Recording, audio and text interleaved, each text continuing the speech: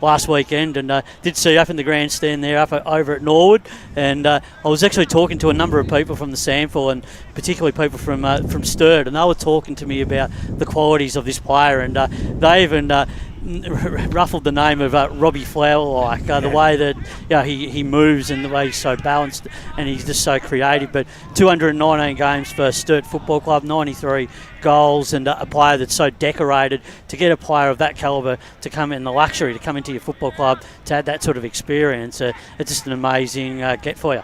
Yeah, it is, and you guys will pick up on him straight away. He's super quick, left footer. He gets outside the contest and runs. He's tough as well. He's not super big. No, that's the thing about him. He's an athletic type. He just runs up and down all day. Yeah, and he's going to play either half-back or wing for us. He'll pinch it on ball. Yep. But yeah, really good player. Obviously super experienced. I coached him in the National Academy in 2015, and then he missed out on getting drafted. Yep. But had a really successful career in the SANFL. I saw him play in a grand final, and he just was brilliant. Yeah. And I saw his photo album last week from a gentleman that I actually stayed with, and he's the main photographer for Sturt, and he just couldn't speak more highly of him. But they were disappointed to lose him, but they said it's Balwyn's game, and they know it's for work and family reasons. So it's a great one for you. But a couple of other names. I think for me, to be able to, for you guys to get a guy like Britton coming back to the club, but also the importance of a young player like Jamie Kempson from East Burwood, who won the best and fairest last year. What does that do to your team? Because it's going to expand his game, Jamie, because he was a good player at East Burwood, a very dominant player in a very young team. But this is a new part of his game that you're going to be able to coach and work with him on to expand his horizons. Yeah, I think you're right. We've been super impressed with him. Big body mid, explosive, really tough, really good decision maker, and still really young. So. Yeah. He comes across with high expectations, and he's worked his way into our midfield straight away, which is pretty hard to do when you look at the quality. He's pushed a couple of talented players out of there to get a run in there today. So, yeah, we rate him really highly. He's going to be a good player for us, and he's just got to adjust to the tempo. Even watching this reserves game today, it's really high pressure. Blackburn are tackling really well. They're a good contested side, so. Yeah, I just hope he adjusts to the tempo quick enough that he can have a big impact today. Brenton, just on Kempson, he looks like, to me, after watching him for a few years now, he looks like he could be an updated version of a Sean Cross. Yep. And going into that midfield, because he's got toughness and his attack on the contest is exactly what you need in the midfield. No, you've called it well. Yeah, I mean, Crossy was such a good player for us, hard in and under. Kempson's probably got a bit more run outside. He has, he's an outside. Yeah, than what Crossy had, but yeah, we're grateful that he's chosen Balwyn to come and play his footy at, and like I said, he's still really young, so hopefully he's a long-term player for us. I'm just watching Lockie Young's another one out there. He's going to play centre half back today. He was captain of Carlton's VFL team last year. Played AFL for North Melbourne. He's going to help me do some coaching, but play across half back. So he's another one that's. That you guys will pick up pretty quickly is going to be a really valuable player for us as well. But just on your fixture, obviously a bit of an interesting one. Good Friday, it's a week after the rest of the Premier Division round. Did you watch any of those games live? Did you go out and sort of see? Was there any sort of talking points or anything you really picked up on the first round of Premier? No, I didn't see any games. I took the opportunity to go back to Adelaide. Oh, yeah. So I saw him in the grandstand doing some beautiful work. Yeah, I sort of took the opportunity to go back and see my family. It was the last chance I got, I guess, before the season gets underway. But yeah, it's a strange start, isn't it? Because the AFL's at round 6 this week, and we haven't started yet. We haven't played our first game. It's amazing, isn't it? Yeah, it's incredible. It just shows the AFL's starting earlier every year, and we've had a bit of a delayed start, but we're ready to go. It's been a long summer, and most of our premiership team are out there. We've got 5 new players, if you include Britton into that, plus little Billy, the little forward who's earned his spot in the team. So otherwise, it's our premiership team plus 6 new ones. So yeah, it'll be interesting to see today how quickly we can get back into the groove. Structure of play, Sando. Last year you had a system where you didn't score a lot, and we talked about it a lot during the course of the year, and then when you played in the finals, you were able to take that to another level because of the way that your offence worked and your defence.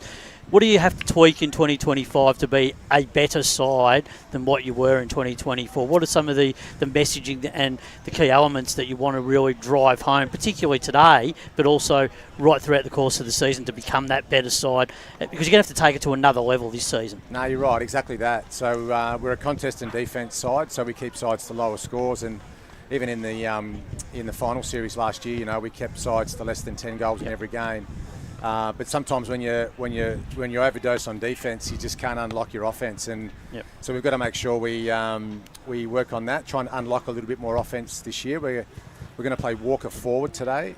So he played in the back line all last year, all last 2 years. But obviously with Geordie Lyle retiring, we need another target forward. So we'll see how that goes. Does that open the ground up a little bit more for you think, with Walker going forward? Yeah, and we've sort of, I mean, as I mentioned about Lockie Young, he'll come back into this. He'll come into this side and play in defence. Yep. Plus you get Britton back, so we've probably got a bit too many sort of bigger backs. So it just allows us a bit of freedom to swing Walker. I mean, he can go forward and back, but yeah, today we're going to have a look at him forward. Particularly with this wind, he can be a target if we can't lower our eyes inside forward 50. Brent, but yeah, it's going to be it's important for us this year to try and hit the scoreboard a little bit more, I think. Brenton, projecting a little bit forward into the season, you spoke about the player points a little bit at the start of the interview, but a similar question that's relevant to you in terms of the qualification for the VFL players going into the final series. How do you think that's going to affect your own team and also, excuse me, the rest of the division? Yeah, it's interesting. It probably does help us, to be honest. I know it's always a bit of a juggling act to try and, well, I think it was previously 5 or 6 they had to play in there, but not more than 11 or whatever. But that was really challenging. But for example, we've got Schreiber back today, who is at Northern Bullants, and they've had a really rough start to the year. We know that, but they get the 2 or 3 buys. So if we can get the 3 games into him, he can continue his development at the Bullants. Pollux is at Richmond, and obviously they don't play this weekend. So he can't get in this side at the moment because Richmond don't have too many injuries. But we know we're going to lose a few of those guys, so we just got to get those games into them. But I think it helps every club, you know. I know Roeville have got quite a few VFL listed players. So yeah, I think it probably assists everybody, and it just means the finals is a different ball game, you know. You're probably going to have all the quality back if those teams don't qualify for VFL finals. You're going to have a really good high quality standard if there's a big group of guys coming back. Does it feel like a little bit of Russian roulette, however, in terms of which VFL teams do end up making the finals? Yeah, does it ever? We had that last year, you know. We needed a few results to go our way to make sure that we had our guys available. They weren't playing VFL finals. So you're sort of watching, you know, one eye on our results, but also to what's happening in the VFL. But yeah, we don't rely too much on the VFL guys. Like, a lot of our guys are full-time, but we've got Markovski, who's at Collingwood, Schreiber, who's at Bullants, Pollux, who's at Richmond, and we've got Durden, who's at Box Hill. But I don't think we'll get much of Durden. I mean, unless he comes back in all of their buys, he's going to play the whole season at Box Hill, I think. But the other one is Lynett. So Lynett is an assistant coach at North Melbourne. He's going to play for us in round 3. So yeah, he's another one. We just got to try and get the games into him, and he's going to be a really good player for us in the sort of back half of the year as well. Finally, for me, Brenton, you just touched on at the start. You managed to have a look at all the other games in Premier Division this week. I know it's only round 1, but do you take the margins into consideration, especially in round 1? Because when I looked at the round, I actually was disappointed. Personally, I was actually disappointed to see so many games in round 1 be a blowout, because you would expect all the sides to be up. Yeah. And the results to be a lot closer. Does that surprise you? A little bit, yeah. It's only a small sample size, so I think we probably need another 3 weeks. You maybe, reckon? Yeah. But you know what? It's not just our league. If anything, our league's closer than all the others. I mean, we look at some of the other competitions in the first few rounds, and it's exactly that. Yeah, conditions too have to come into that, Sando. You think, when we look at the warm conditions we had today, it's very unusual that we have these sort of conditions, for the first couple of weeks of the season. Yeah, you're right. But I think what's going to happen, and this is not our problem. It's up to the executives in each league. But it feels like the stronger clubs are getting stronger. So, and that's not just the Eastern Footy League. That's right. That's a problem across all competitions out in the bush and around here in Metro Melbourne, it feels like there's some big scores. There's some big margins happening around other comps. Yeah. Well, Brenton, thank you very much for giving up your time. This won't be the last time we'll be talking to you in 2025. But for the moment, good luck to you and Balwyn Football Club in round 1 this afternoon. Thanks, boys, and have a good call today. Sunday. There you have it, coach of the Balwyn Football Club, Brenton Sanderson, always good with his time. I've got to say, though, Did you hear the list of names he was just rolling off his tongue? Rolling off his tongue, playing at Richmond. We've got Markovsky here. We've got such and such there. I'm thinking this mob have got a wealth of riches to call upon, and basically hit the nail on the head when he said, "Oh, we've got to be worried about the big margins," and his side is one of the culprits that causes it. But I think in his analysis and defence is that Balwyn went out, with the anticipation and the strategic plan that 2025 was going to be the year. I mean, last year, they didn't really know what was before them. They're like last year, yes, they won the premiership, but when the moment they seized it and they won that premiership, I mean, everyone was talking up other clubs right throughout the course of the year, but Balwyn just played their best footy from the start of the year right through to the end, and in the end got the prize. But this team will complement the team that they had last year. I mean, you only have to go back, Brash. How many times do you look back at a Vermont premiership? I remember go back to Eastfield of 99-2000 comparison. Like they had players in 99, and then some players left, and the team in 2000, the replacements come in and they just take over that mantle. So that can happen with a lot of premiership teams. It's just the way that you've got to try and get better, as Sando alluded to. You just got to try and build your list, and people want to come because you're successful. Well, I think, he did allude the fact that actually people are ringing up. Well, that's right. To play for. Yeah. So it's an easy sell when they're ringing you. And the thing is, you're not getting too many blokes. There wouldn't be too many clubs ringing up saying, "I want to play for you," would you?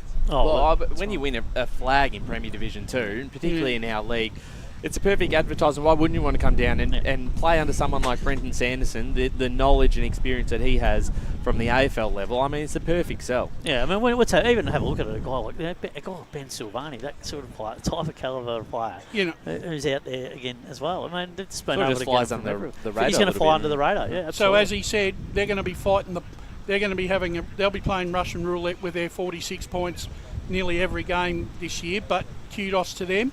At least they'll know how to manage it and be able to get the best out of it when the time arises. Let's turn our attention to Blackburn just for the moment. Joe, I think one of the things I was going to ask you, the fact that Blackburn win games that they shouldn't win and lose games that they should win, would that frustrate you? Oh, absolutely. If I'm Fagan, that I'm not necessarily I'm not necessarily happy with that. You'd want to come to Moreton Park and make it your fortress, and I feel like that's part of the thing with Blackburn in the recent years, is not being able to play the home ground as well as some other teams are able to play it. I don't know if that's experience that other teams have had on Moreton Park. They just know the ground better. I don't know if it's like a fairly standard ground or something like that. But yeah, it absolutely would frustrate you. You're missing out on, you coming sixth 3 years in a row, and only due to the finals sort of being a different configuration in the past couple of years, or 2 years pre last year. You're only making finals through virtue of that, and now you're going to start missing out on finals from now on if you keep coming sixth. I'll allude back to your point that you made on the pre-game show of the Vermont Mitcham game, Brash, in terms of the 8-point games that Blackburn drop, and it would be frustrating, absolutely. I think South Croydon last year on Anzac Day, that was a perfect example when they had their chances in that game, and South Croydon stole that game out of their hands. But then on the flip side, they go to Roval last year after getting and beat Roval at Roval, and then come here and can't defend and can't beat them here. I think for the biggest loss Blackburn had last year was that game against Noble Park late in the season. That's right. That was a big turning point, wasn't it? A final spot, really. I also think too, when you look at this Blackburn squad, I also think at times, Spider, they've really been hit with injury to key players at the wrong time of the season for them. that really does at times upset the equilibrium of the footy side, especially when you don't have enough winners or players that can come up and fill that void. Yeah, absolutely. I mean, you only have to look at the start of this season. They're going to be without, one of their quality defenders, like Patrick Cotter, who was being their main intercept defender. Last year just was outstanding. Mark Baker, who's played some really good footy in previous years, and he's out for a 12-month period with an ACL. So they're going to miss some players there. But obviously, they get back guys like Ainsworth and players of that calibre.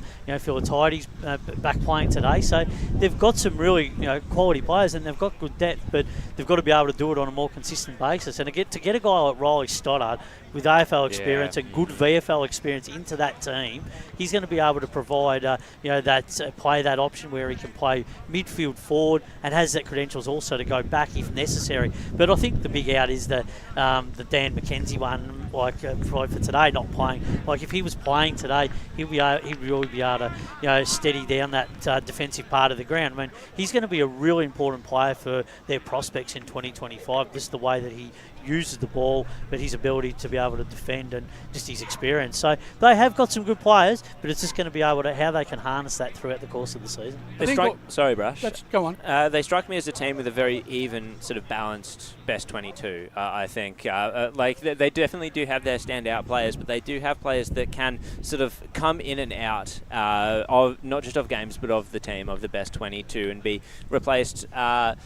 I don't want to say fairly easily, but somewhat often by your reserves players coming through and challenging for those spots.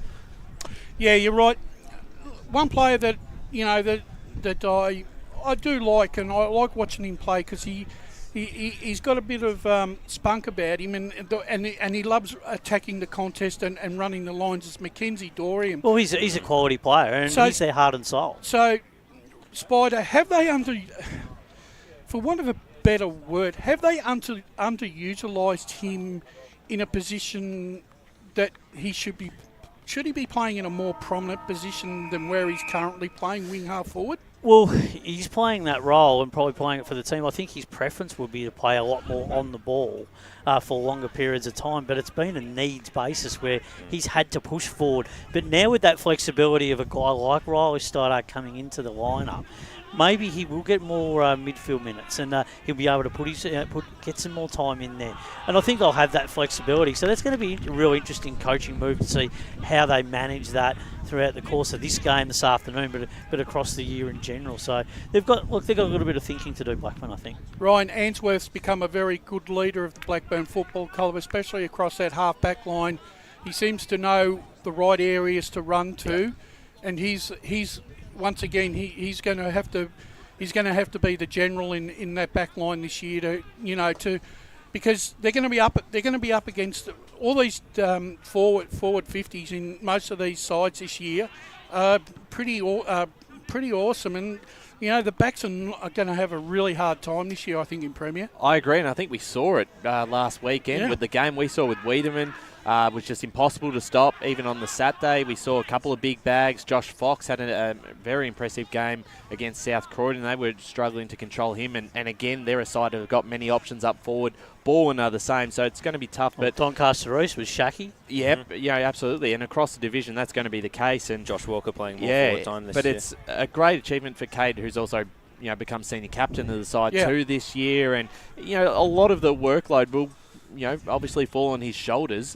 It's the development of those, probably that bottom 5 or 6. Have they made a step from last year, and whether or not they make that improvement to play finals? That was going to be my question to Jared next.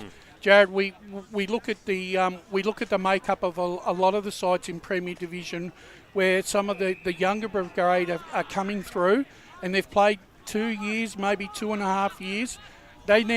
These players of that particular age range or game range for all these clubs, they need to really start stepping up to the plate to cover the fact that 9 times out of 10 or 8 times out of 10, their match winners are going to be matched on ball by the opposition's best. Yeah, you're absolutely right, Rash, and I think that's the big challenge for a lot of these clubs in Premier Division, and I think part of it also comes back to a lot of these younger players that some Premier Division teams are picking up are those ones that will go up into the VFL, and are those ones that will sort of like have a bit of a lesson connection with the club. If you're talking about the main body of the list, of course, however, I can't I can't say you're wrong there, Brush. Yeah, look, I like I said, I look at Premier Division and I think I'm looking at year on year, right? And I actually think defences are under the pump another 5-10% year on year, because when you're talking about what Brenton Sanderson was talking about, bringing quality players, it's not only the players that he brings that strengthen half-back lines, it's the players that they bring into their forward 50 that are the unknown quantities, and the backs don't get a look at them. They only get a look at them twice a season. Yeah. These guys are so creative. It's nearly impossible for a backman to try and mark them one-on-one. Yeah, it's going to be interesting to see how that all plays out. And I just think for Blackburn, for them, they're just got to make sure they get off to a really good start throughout the course of this year, and they just can't afford to drop those games. So it's going to be really important for the way that their players are consistent, and it's going to be important for their depth too. And they're going to have to be able to have that flexibility to move blokes both ends of the ground. And currently in the 15 minutes into the third quarter in the development game, it's Blackburn 5-7-37 leading Balwyn 5-2-32. So a very close game. Looks like a very close game between two very evenly matched sides out here. It's a far cry from the 19s result, which I think was some 100. It was over 130. I think. It was about 150 odd to 20, and that was it. Yeah. Well, is that their? That's just the strength. Is that Blackburn's under 19? Yeah, that's the strength of Blackburn. Yeah, absolutely. Yeah. Before Anthony Fagan comes on, let's just sort of cast our mind back to last Sunday's game, gentlemen. Vermont taking on Mitcham, and Mitcham for 3 quarters and 20 minutes, Ryan. Yeah. They looked the winner. I thought they were the better side for the afternoon, but I agree. You go back to the simple aspects of the game, the set shot kicking. They missed a lot of set shots, particularly in that third quarter when they were on top. There was a late one, I think, from Nat Barnes in the fourth quarter that would have put him 28 points up. 28 points up with 10, 15 minutes to go. That's probably it. Yep. And Vermont probably don't have that spark. But once you keep the door open and a side who's got the obviously the talent, as Vermont does, you put yourselves up for a potential side to run over the top. Yeah. And Lockie Johns, we probably didn't talk about him as much on the broadcast, but he had 38 disposals. Yeah. Was just finding the footy in those clearances, and they got on top in that late in the game. And then, how can you go past a guy like Sam Wiedemann, who comes back to the club and is just a phenomenal impact up forward. Yeah, and his ability to lead up the ground as well. Right. I mean, he's just so athletic, he can cover so much of the ground. And then when he gets the ball further up the ground, he just has the ability to have the eyes and the vision to be able to hit up targets and set up, forward plays. So that's a really important part, and that's what's going to be the key to what Vermont potentially do throughout the course of this season. Jared, I was just going to throw to you. I think Matt Adolph made a really crucial change in the last quarter. Yep. I thought Baglava was well on top of Whale Buxton in the ruck, and he threw Tyson into the ruck for the last 15 minutes. Yeah. And Tyson started to jump a little bit into Baglava and started to break even. And this is what I thought actually brought Johns into the contest, because then Vermont started to win some 50-50s out of the midfield. Yeah, it was a fascinating move that was made there, because you would you would look at Liam Whale Buxton as being the primary ruckman to go sort of like body on body with Baglava. I don't know, did it look like he was running out of energy or something, Buxton? I think he looked, to me, Whale Buxton looked a little underdone. But that's not. I don't want to take anything away from Baglava, because I thought Baglava early was phenomenal. He was. I thought he was arguably one of their best players with Donahue, who was his first game with the Tigers. I mean, I think the player that's significantly underrated in the win for Vermont last week is Wilcox. I mean, when you think about the marks that he took in that defensive part of the ground and then was able to set up transition, you got to really compliment his game as well. I mean, without him out there last week, potentially in that back half of the game, that result doesn't go Vermont's way because there was a little bit more urgency with the way they moved the ball in that last part of the last quarter in particular when the game was really up for grabs. They needed to get going, and they did. They pressed the button and away they went. Ryan, kudos to Mitcham, because I think Vermont struggled for a lot of the afternoon to find a proper match for the skipper and Jesse Uren. Well, I think what I really liked about Mitcham is that if on paper, if you looked at the two sides, and we all did this in the pre-game, and you look at the Vermont's name, the experienced players, Mitcham are coming in with half their premiership side, but half of guys coming from different clubs are just finding their feet. And you go, well, Vermont should win this quite comfortably. And I just thought their pressure around the contest all afternoon was really strong. But it's a Neil Winterton thing, though, Ryan. I think that's the way. I think that's a coaching thing. I agree. He has that about him. That's the template of the pressure that they always have provided, which is pressure around the ball, contest, and then when they get the ball, away to the races they go. I agree, and that's probably, you go back to that South Belgrave grand final. Again, on paper, probably not the better side, but the way they play and their brand of footy always stacks up in a final series, and it's stacked up to the high-pressure environment of that round one clash against Vermont. And I felt, walking away from that game, if they just had a couple of those players who unfortunately aren't with them, obviously Jesse Cherry's out for the year. You add him, you add in, if Nick Haller was still there, potentially if you, put in, a guy like Guy Lachlan up forward or Jake Parenti, they probably win that game and they might run away with it in the end. But, it's one of those things. And also Jesse Uren's going to cop a lot of attention from opposition sides now. There's still a few guys coming back from in the reserves too. Like there was still a few handy Jackson names. Haller was in the reserves. Yeah, that's right. And you'd expect him to come back in the side. I reckon the message Neil would have said to those players, because at the end of the game he corralled them, and they were out in the midfield after the siren had gone for 2 or 3 minutes, and I think he probably would have said to him, you did everything right, but the thing is, in this division, you can't afford to give your opposition a sniff, because if you do, we're going to lose. You've got to keep the pressure on for the full 100 minutes. You might get away with 80 to 85 minutes in Div 1, but you're not in Premier Division, because sides in Premier Division, if they smell a weakness, they'll attack that weakness and try and milk it for what it's worth, Jared. Yeah, absolutely, and they'll learn that. They'll absolutely learn that throughout the season, Will Mitcham. And it's not the worst thing to start off with this sort of a loss against Vermont. Yeah, it looks like a game that got away from them, a game they should have won. But I think that the playing group of Mitcham, any side coming up from Division 1 into Premier Division, has to sort of become instilled with the idea that we have to be on point at every minute of the game against most of these Premier Division sides. And the sort of brand of footy that Neil Winterton has instilled in Mitcham, I think that can go a long way in Premier Div, because it's the sort of footy that will put other teams off kilter and will make them drop their guard for certain times during the game. I think Neil Winterton's probably the perfect coach for Mitcham at the perfect time to be in Premier Division.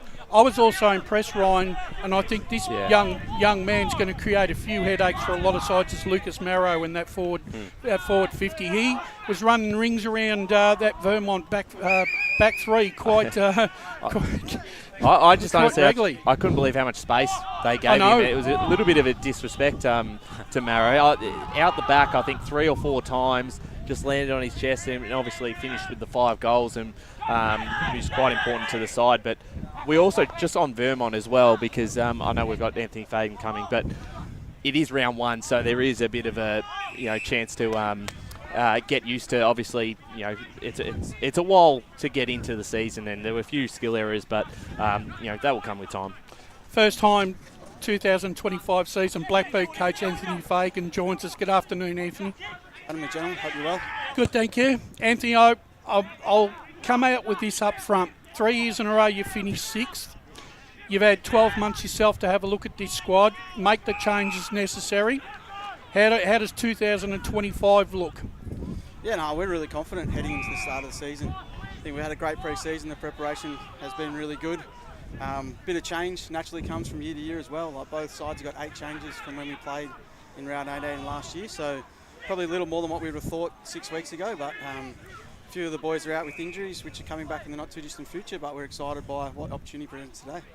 You obviously have had 12 months at the helm now, and have you, with the new playing group that you've got, have you going to tweak your game plan a little bit more to suit this playing group? Yeah, definitely. I think you've always got to grow and evolve as a team. We certainly need to do that from a personnel point of view. I think there's been a lot of growth across the pre-season from the guys within. Also added a little bit of experience, which is going to be important for us as well. A little bit younger last year at certain stages, so it was really great to see guys really take steps forward across the course of last season, but also across the course of this pre-season. Yeah, we're excited. We think we've got a really balanced team today, and there's certainly going to be some challenges coming up against the reigning Premier, but we also feel like there's some elements in the game that we can challenge them too. Focus, good luck for 2025. Going to be a big year for your footy club. Let's take a look and drill down on some of the new players into the lineup. In particular, Riley Stoddard, who comes to the club with great AFL experience, but also VFL experience as well. And another player, that Dan McKenzie, who you'll get a lot out of during the course of the year. What are those guys brought to the club initially in terms of the leadership and the way that perhaps you want to play the game throughout the course of the season? Yeah, well, first and foremost, it's great to have two Blackburn juniors back into the footy club, and as you touched on, just the experience we get from them both playing in the AFL system and then at state league level. DMAC only 1 year at Port Melbourne last year, but Stodd's been at 3 VFL clubs, been a captain at Carlton as well, so we're really looking forward to seeing Stodd play. Obviously, DMAC's not out there today, so Riley. So how long would he be? Just what's the latest on him? He's just had a sore calf recently, so he's back running now. So hopefully in the not too distant future, he'd still probably be 3 or 4 weeks away, I would say. And Stodd will play through the midfield, so he'll probably play up forward at certain stages for little periods of time as well. But he's a dynamic player. He can really change the course of the game with his speed. He's obviously a really good user of the ball as well, so he's a bit of a different type of midfielder to what we've had previously, so looking forward to him going to work today.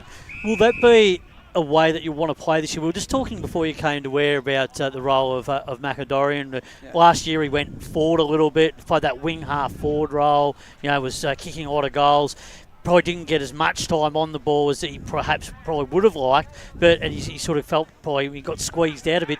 This year you have that flexibility now with Riley coming into the team that you can move the magnets a little bit more versatile, but throughout quarters of games. Yeah, I certainly think we've got a bit more versatile mix. We've got some guys with good flexibility through the mid part of the game, so you'll see guys playing both. All of our mids will play forward at certain stages today, and it's good to have some flexibility from different types going through there as well. Obviously, a real strength of Balwyn is the experienced inside mids, great clearance and contest team. So we had a great challenge and also a great opportunity today to go and match it with the best. One before I handball it over, just wanted to talk about the Balwyn team and how you will drill down on their game style today. Like they're going to be a team they defend strongly. They're going to be strong through the midfield. You're going to have to be on real red alert to try and to stop that, because when they do go forward, they've certainly got a lot of options to go with Walker and Silvani going to be really important for them. Yeah, it'll be interesting to see if they do line up with Walker forward and Young playing back, so that'll be a watch early in the game. If they do that, I think we've got some keys that we can really stretch them down the other end of the ground. So it'll be an interesting battle to start off with. Obviously, the clearance contest side of the game is going to be critical in owning the territory. We feel like if you can bring the ball to the ground in their front half, you get some really good opportunities. So they have got some good interceptors. Obviously, Polak's is a good interceptor. Young, if he plays down there as well. Schreiber coming back from the Bullants playing today. So there's going to be some good challenges, but also some good opportunity there. We feel like we've got some really good speed at ground level in our front half and some guys who can really challenge and hit the scoreboard. And a big announcement this year, Kate Answorth stepped up and appointed senior captain. Are you able to speak a bit about Kate and not just the impact he's going to have on the field today and throughout the season, but off the field as well with the group? Yeah, Kate's just a terrific person. He's a great footy person, and I've thoroughly enjoyed my time working with him. And ever since I first met him, I was just like, that's what footy's all about, is meeting people like him. And Paddy Lawler stepped down at the end of last year and did an amazing job for us and will continue to do so, but in an unofficial capacity. Kate's certainly stepped up. He's a great leader on the field. He went away for 5 weeks last year, and I thought his first I think, 10 games he played before he went away. I thought he was exceptional, one of the best mids in the comp. And what's so good about Cade too is just the defensive side of the game as well. Not only is he a great contest and ball winner going the other way, but he was, I reckon, have to be in the top part of the midfielders in the competition who are able to win the ball back. And if you can turn it over in the mid part of the ground, that gives you good opportunities going the other way. And looking at, obviously, there's no easy opponent in Premier Division, and particularly how even the competition is. How did you sort of assess it coming in last year? And I thought at Blackburn at their best, you beat Balwyn in the last round. You probably should have beat East Ringwood potentially, 2 close games there, and beat Vermont and South Croydon once. So is it one of those things that, if you can get that consistency across the season, there's no fear on who you're playing? Yeah, I thought our consistency, ability to turn up and play each week was really strong last year. If there anything, there was just some critical moments in the games where we lost all our games under 4 goals, more scoring shots, or the same amount in every game bar 1, I think. So I thought we took, in terms of the actual way, although we finished the same position on the ladder, we took some significant stride forwards last year. We turned over the team a little bit last year. We got some youth in, some run and some speed, which we thought was really important from an offensive point of view. We felt like our best footy was as good as anyone last year, and we just couldn't quite execute our way for long enough or consistently enough against the best teams. So we won 6 of our last 8 games last year, and beat some strong finals performers on the run home. We were disappointed with not playing and being part of September, so great opportunity against the reigning premiers today to hopefully have a good day and make it 3 wins for the footy club if the Dev boys can get up here as well. Anthony, it seems like throughout the off-season, your development side seems to have been a bit of a victim of its own success, with a lot of players seeking opportunities elsewhere. Well, what sort of challenges does that provide you with as coach? Yeah, it's funny. There's always challenges, not only in the off-seasons, also the start of the season as well, which is always a bit of a frustrating part as a coach, but you just try and build a footy program and a footy club where people want to be here. We want all of our players to have a great experience at Blackburn, and we want to invest in them and ensure they can get the best out of themselves as a player, but also as a person as well. And if we can do that, then the retention side of things will come. A large part of our players from our dev side, or even our 19s coming up that didn't stay, was just to get senior opportunity. And my conversations with the boys, like, there's an opportunity here for you. You've got to go and earn your spot, which is great to see. Like Aaron Curran, who is still under 19s this year, won the 19s best and fairest last year. He's making his debut for the footy club today. So that's a good story. Harry Yields is playing out here now, and he looks like a senior player out here, so his opportunity, I'm sure, is not far away. And good to see, obviously, some new guys coming into the footy club and impressing too. So always going to be a challenge for us. We'll continue to look at new strategies, talk to other clubs too. That I spoke to another coach yesterday in Division 1 who's having a similar problem now. So it's not just us, it's a difficult part of the game, but obviously we want to make sure we have a strong footy club from our 19s all the way through our development and senior program, and we'll continue to invest in our players and get the best out of them. We've got to wrap it up. Well, Anthony, thank you very much for your insight this afternoon on the Blackburn Football Club and what's going to happen in 2025, and all we can say to you is good luck this afternoon, and hopefully by the time 5 o'clock comes, you've got the 4 points. Yeah, thanks very much, gentlemen. Hopefully it's a great game for everyone. Thank you very much. Cheers. There you have it, ladies and gentlemen. We're going to take our first break here on the broadcast this afternoon. It's Blackburn versus Balwyn. It's Good Friday action, and it's coming to you live on 98.1 and live around the world on YouTube and Facebook. Today at Eastland, Lucy's trying on jeans for a momentous occasion. Coffee with the ex. She needs jeans she can move in, because she's definitely moved on. Jeans that get a second look, but don't give any second chances. Jeans that say, "Why yes, I have spent the last 8 months in a post-breakup juice cleansing, kickboxing, personal training frenzy." And it looks as though she's just found the perfect pair. Yeah, that's great. Bravo, Lucy. For all of life's little moments, there's Eastland. Eastland. Live real. Sprained your ankle bursting through the banner? For bumps, breaks or bleeds, be seen sooner, close to home, at Knox Private 24/7 Emergency Department. You'll generally experience shorter wait times. Knox Private 24/7 Emergency, 262 Mountain Highway, Wanturna.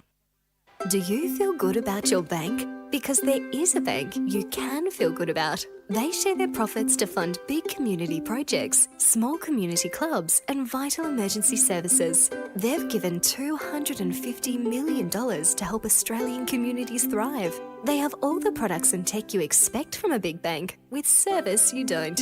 It's Bendigo Bank. Feel good about who you bank with. Try Bendigo.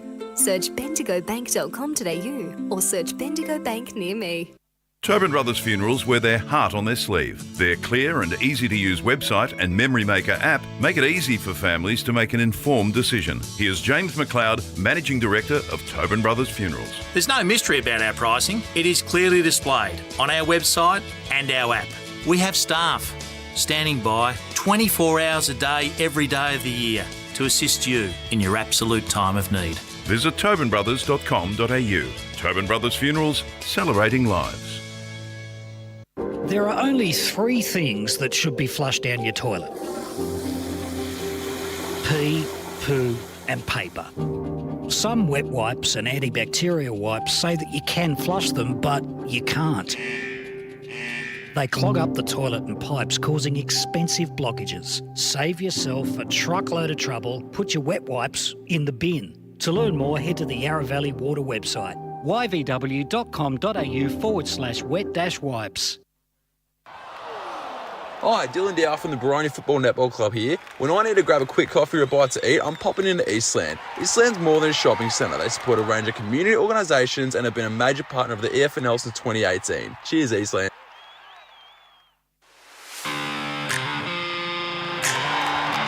You are listening to Radio Eastern FM 98.1. With live and exclusive coverage of the EFNL football season. Bringing you the match of the day with score updates from all divisions. And now we cross to our commentary team for the Radio Eastern 98.1 Match of the Day coverage. Welcome back, ladies and gentlemen. EFNL Game Day coming to you live from Moreton Park this afternoon. It's the concluding game in round 1 of the EFNL Premier Division for 2025. Wayne Brasher, Matt Lee, Ryan Long and Jared Beanland here for pre-match this afternoon. And before we've finished talking about the coaches, we've talked about the Mitcham game. We've got a few minutes left. Jared, I'll start with you. How have you seen the season overall in all the divisions so far?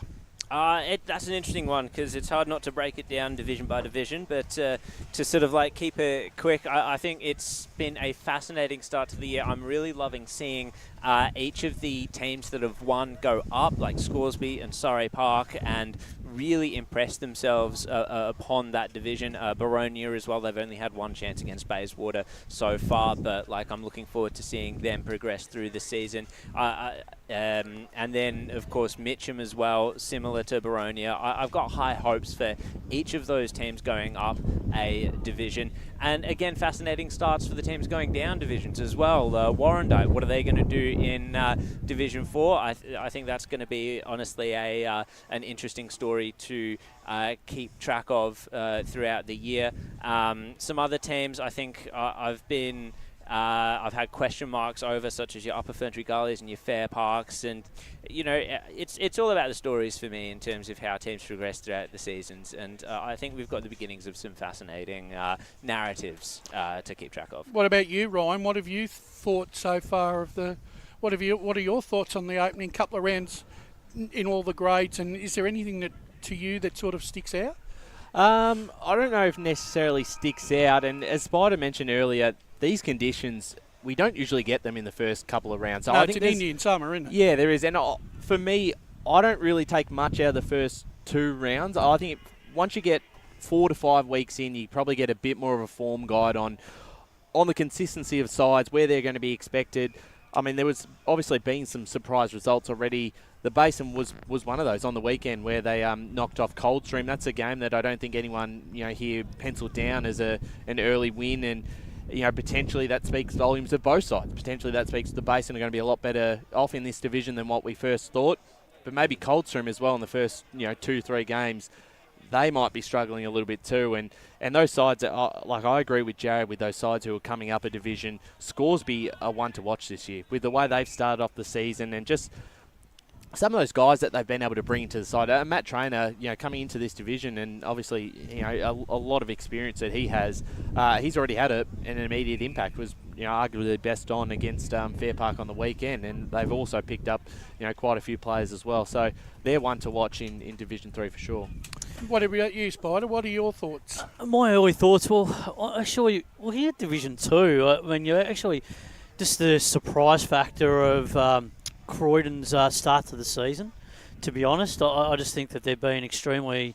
Look, we know that we know Rhett Jordan's out for a 12-month period, but to only kick 3 goals, last time around, they're really struggling in the early part of the season. So I think there's some early alarm bells there.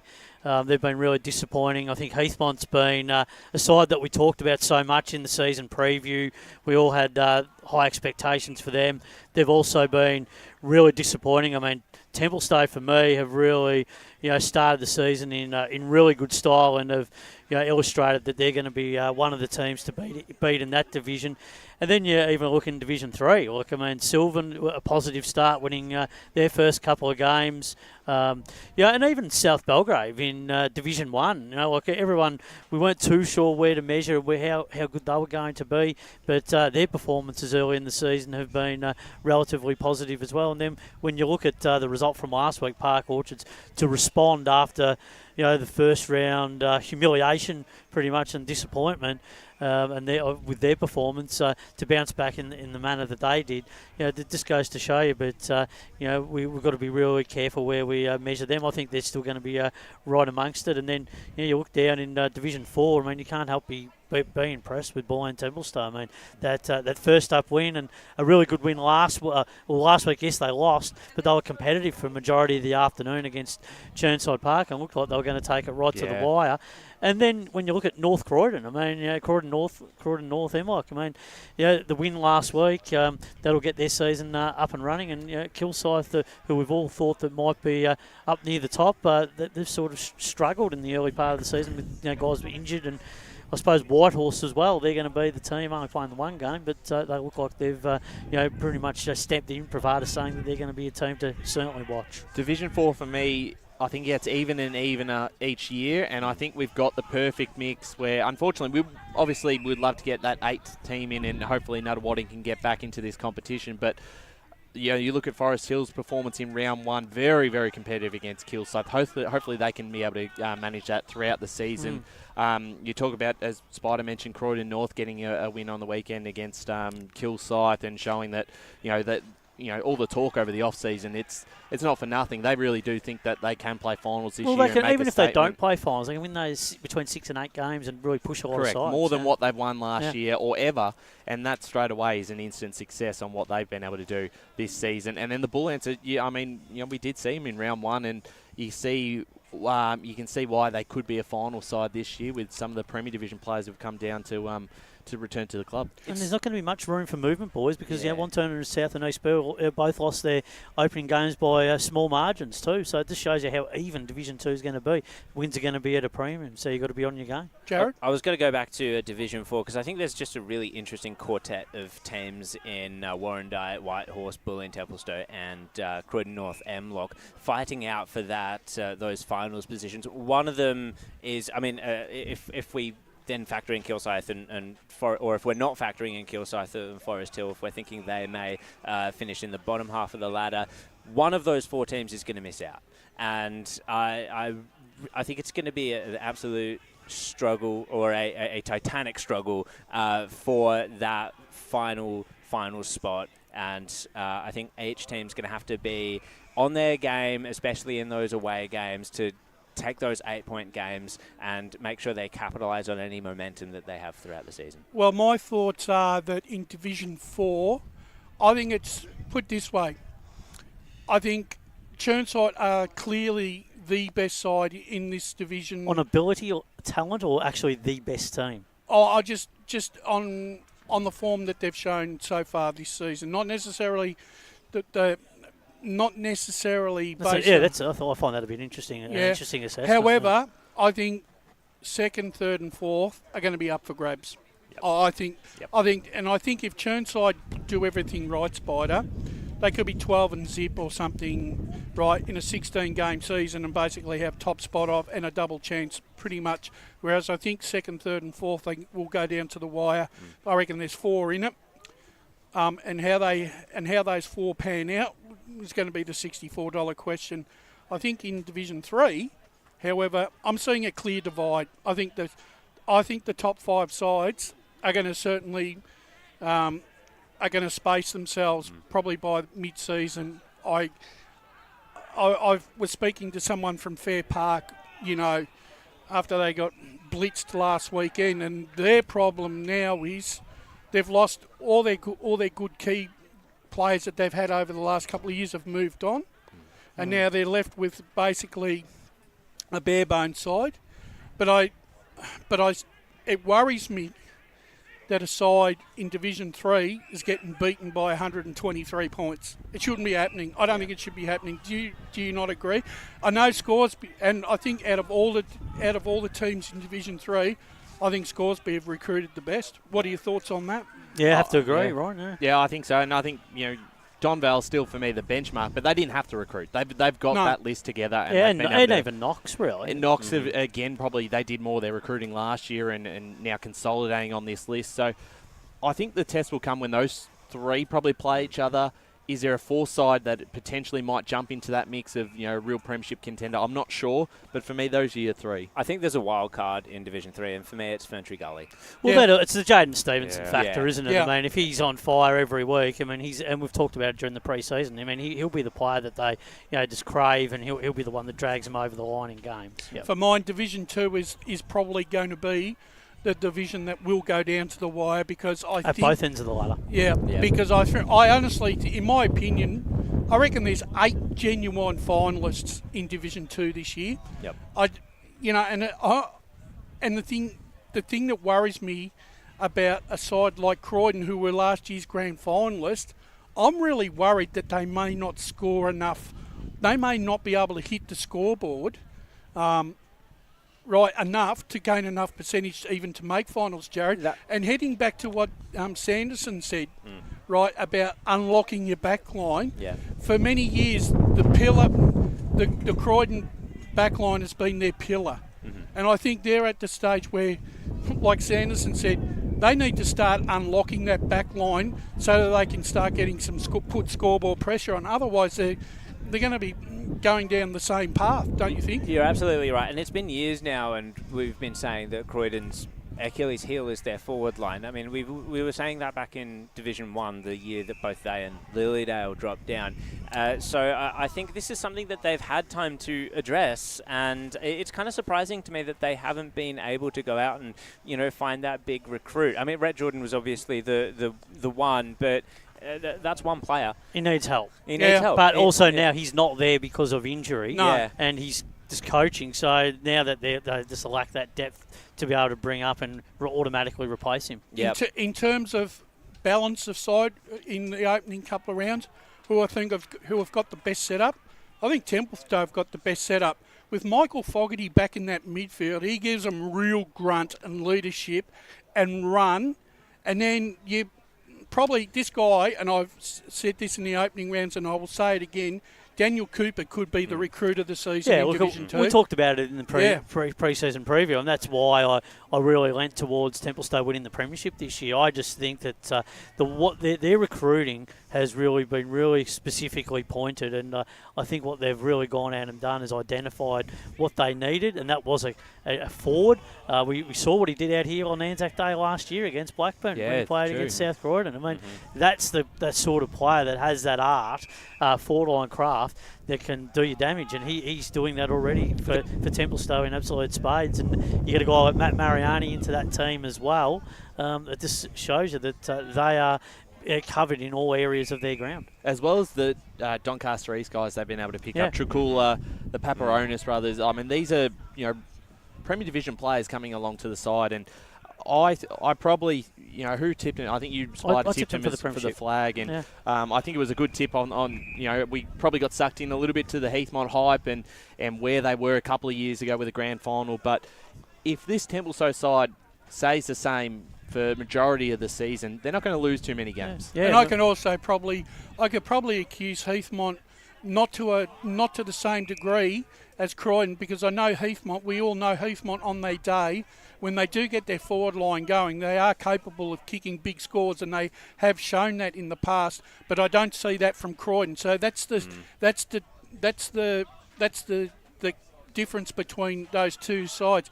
In Division 1, I actually think now that Doncaster's not playing, I actually reckon that division now is going to tighten up a lot more now, because there won't be no gimme game. Yeah, there's no percentage on the line. You know. Yeah. Well, Jared, one of the things we actually talked about with the two coaches last week with Gary Ayres and Paris Harvey is the fact that there is an impact with the bye and how sides are going to manage it, because we'll have to remember there's a King's birthday weekend bye. If you've got one, the week before, week after around there, you're not playing a lot of footy during that time of the year. Same at the end of the season. I don't know who's got it in that final round of the year, but you might have a bye, and then if you finish on top, you could have another week off. So the King's birthday, you got the side that has the bye before it. They don't play, then it's 2 weeks, and then the side, the one after the King's birthday, the first round back, there's the side got the bye. Yeah. So and if you've got a double chance as well, that's right. It was Paris Harvey. He was saying that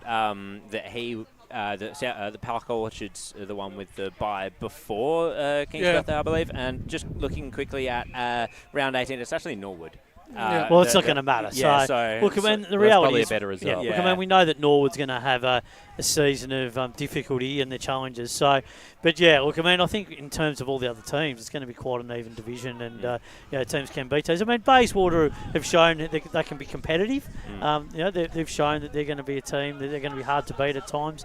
They're going to miss Ben White, though. They are, yes. He's going to be, you just can't replace 35 possessions from a midfielder just like that, Spider. No, going to be very difficult for them. And look, I think that Division 1, it's always shown that who's going to leap up. I think that North Ringwood are the side to be the most improved side, and to date so far, they're showing those early signs. It was a big. I have to admit, it was a big win for them last Saturday at North Ringwood, because look, in the previous game, and I just had a look at their Premier Data stats again for this game, they had 338 possessions. Yeah. Right.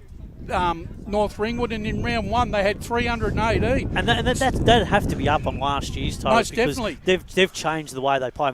Matt Price is a totally different coach to what Nahas was, and he's I think the contested ball and also the way that they dispose of the ball was a lot different to what they were doing last year. I only think though, Spider, in the case that when you score and when you're getting over 300 possessions, you probably want to see a bit more reward for effort on the scoreboard. Is probably the only thing that really needs that would complement that. Yeah, true. But no, it'd be interesting to see whether they can continue at that level throughout the course of the season. But it's a really good sign for them. They've got a really strong midfield, and I think that forward line setup is going to be one to really watch. We've got 6 minutes left in the development game here, and it's a real close one taking shape. Blackburn 7-12-54. Leading Balwyn 8-4-52. So this one will go down to the wire. And finally, obviously, Premier Division from last weekend, and obviously this round, this game today finishes it. I think for mine, probably my highlight was I was very happy to see the way that Berwick pushed Doncaster East for nearly 3 quarters and just ran out of steam in that last quarter. I'm not saying that they're on the right track, Berwick, but I think it sets themselves up at Edward and Flack next Saturday against Noble Park. They're in that game next Saturday with an undeniable chance.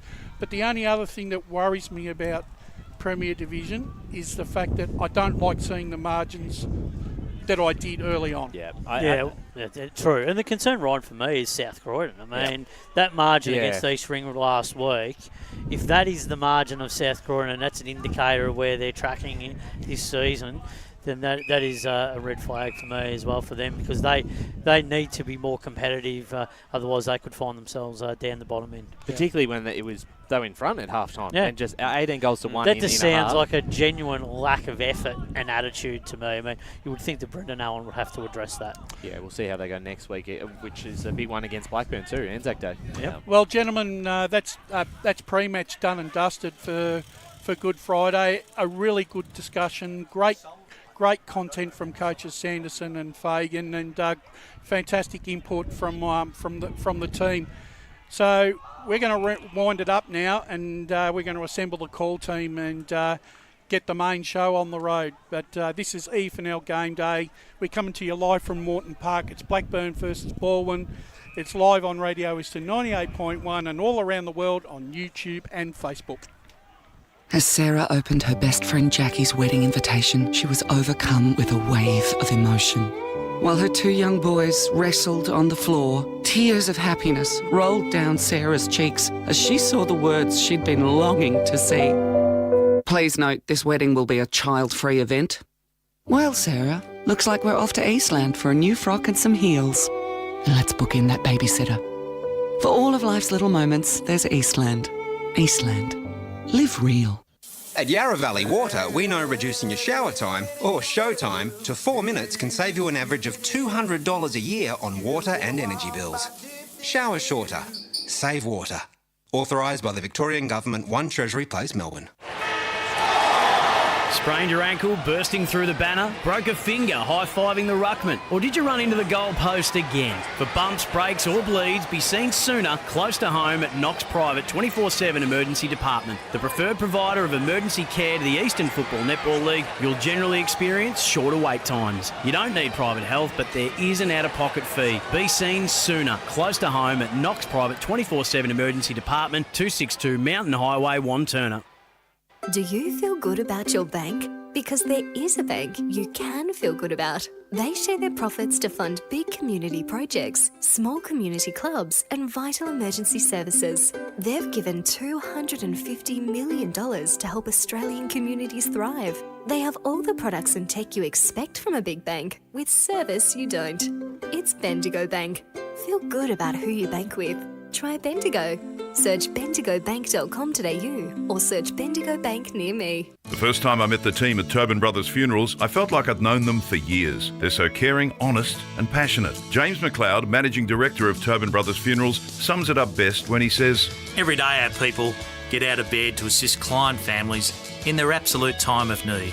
Our people love what they do, and you will not find a more highly trained group of people than those at Tobin Brothers. Visit tobinbrothers.com.au. Tobin Brothers Funerals, celebrating lives. Hi, I'm Ben Desson from Montrose Football Netball Club, and when I need a new kit for a night out, I head over to Eastland. But Eastland is more than a shopping centre. They support a range of community organisations and have been major partners of the Eastern Football Netball League since 2018. Thanks, Eastland.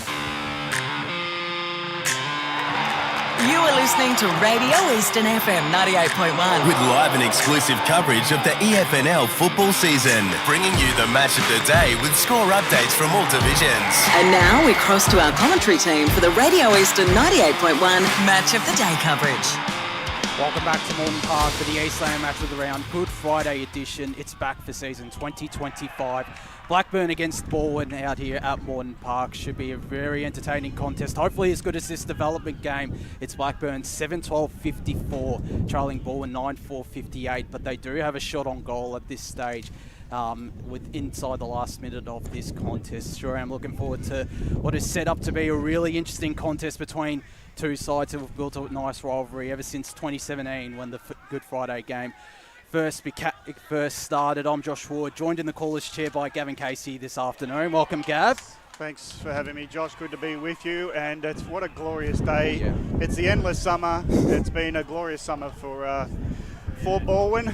They've been basking in the glory of a premiership, and it feels like a new era for Blackburn, I reckon, because it's time for the youth of their club, the great junior program they have, to take flight, I think, and get this club, whose only first miss in 7 years of finals last year, so they want to get back into contention of getting finals again, and it's a new side to call. It's a new team sheet to look at. Yeah. So it's going to be very interesting for that day, but we know how good Balwyn are. They've got stars all over the field, so actually really looking forward to it because this is a home ground advantage worth harnessing for the Burners. Yeah, absolutely, and there is a bit of a breeze around here at Moreton Park, so who knows who will use that breeze to their advantage. Ryan Long, Wayne Brasher on special comments this afternoon had a great discussion alongside Matt Spider-Lee and Jared Beanland in the pre-game show. You can, of course, listen back to that on Facebook and YouTube. Afternoon, gentlemen. Afternoon, Josh. Afternoon, yes, Josh. Fantastic afternoon out here at Moreton Park. Always a pleasure to come down to this ground and watch some Premier Division football. That reserves game, as you said, a 4-point win for Balwyn in the end. A really exciting start to the afternoon. Hopefully we get a similar type of result today, a close one between the two sides. But yes, we did have a good discussion, Brash, and I'm sure there's going to be a lot of talking points that come out of this game either way. Most definitely, and I think there's I think both coaches gave us a lot this afternoon that I think will play out right throughout the season and give us some plenty of good talking points as the season progresses. I was very impressed with both coaches this afternoon. I think the one thing that I did glean on was the fact that that Balwyn are going to be pushing their 46 points every single week with the amount of players, Josh, they got on their list. Yeah, there's certainly a lot of talent. I'll look no further than guys like Kane Turner, Lachlan Young, Ben Silvani, Josh Walker, all those players being on AFL lists over the last couple of years. And you add in state league talents like Stephen Slimming, Caden Schreiber into the side as well. There's certainly a stacked lineup for Balwyn. We've got Paul Yukone in the Stats Centre this afternoon. Welcome, Paul. Thank you, Josh. Balwyn. Who are we versing? Thank you, Josh. Thank you, guys. It's a really exciting game, this one coming up. It's a wonderful day for it. A nice little breeze going around, so a bit of comfort there. But, it should be hopefully a close contest. Absolutely, and as you would have heard before, our very own John Blackman on the mic. Yeah, my apologies. I had my mic open. I was going to say, I was going to mention, the luck of the draw for us to have Gav Casey 2 calls in a row. Yeah. Sunday and a Friday game. I just enjoyed the hey reference. Man so young. And then, unfortunately, right as I went to say it, Megan called me for something. She wanted to know. She said, she got up into our little tag, and she said, "Who are we versing?" Because she knows it's Blackburn, just didn't know who else it was. Excuse me, Mr. Casey. Mr. Summers. Who's going to win? I only know that because BWS mentioned it that many times about Leeds during the last couple of seasons. We've of course got Chris Curtis and Jared Bainland on the boundary. We will cross down to them shortly, but it's going to be an interesting challenge for Blackburn this afternoon. As we've seen, no Daniel McKenzie on the team list alongside Toby Wooler and Jake Hammond. Some fresh faces alongside with Aaron Curran on senior debut, part of that under-19s program. You got Jarrah Salmon also playing his first game for Blackburn, having not played last season. There's some young talent though, like Nathan Philatides, Billy Hicks, Mackenzie Dorian, that will be looking to step it up, Ryan and Brash.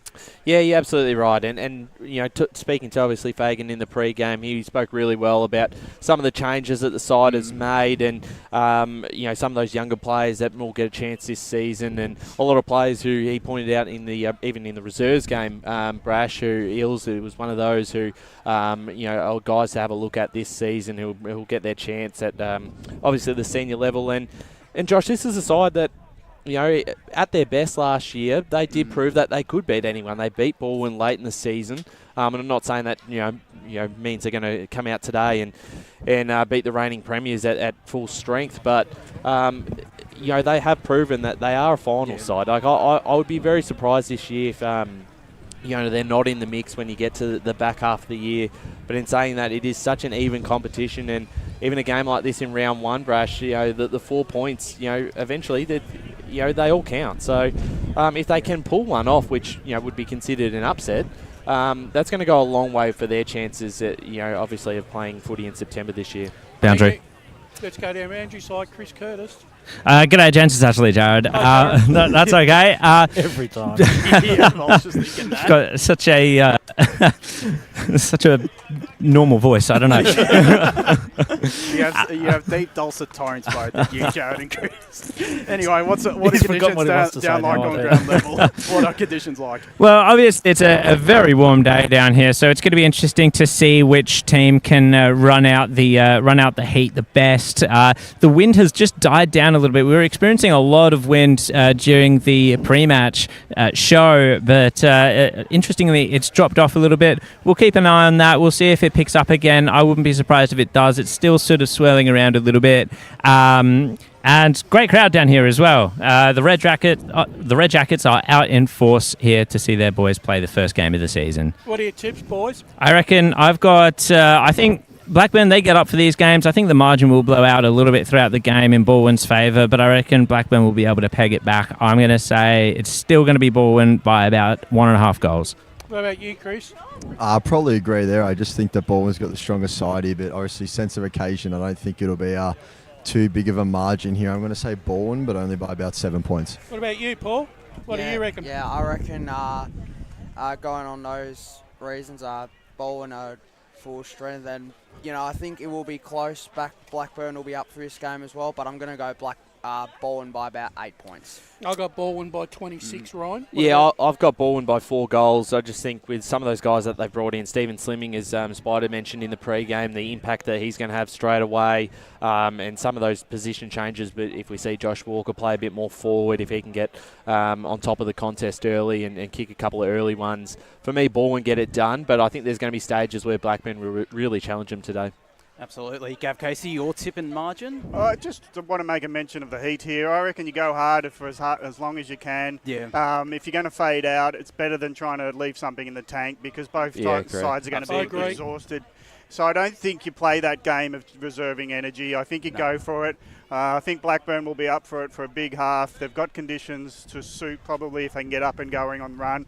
So I reckon late surge, Balwyn get up by 2 goals. Yeah, I've got Balwyn in this game. I'll say 20 points the margin. They do have the breeze in this first quarter. They're kicking to the left of your radio dial to the central road end. Blackburn kicking to the right. Josh, if you are listening on Radio Eastern 98.1 FM today, Balwyn are rocking their bright yellow canary jumper. I don't know if this is their clash jumper that they wore last year, but I like it. I'm actually a big fan. I know Brash might not agree. You like it? Yeah. You do? I just wanted to see Australian gold. I don't want to see canary yellow. The only problem is, you reckon we need to get clash jumpers for the umpires now? Have a look at them. You cannot tell. That's true.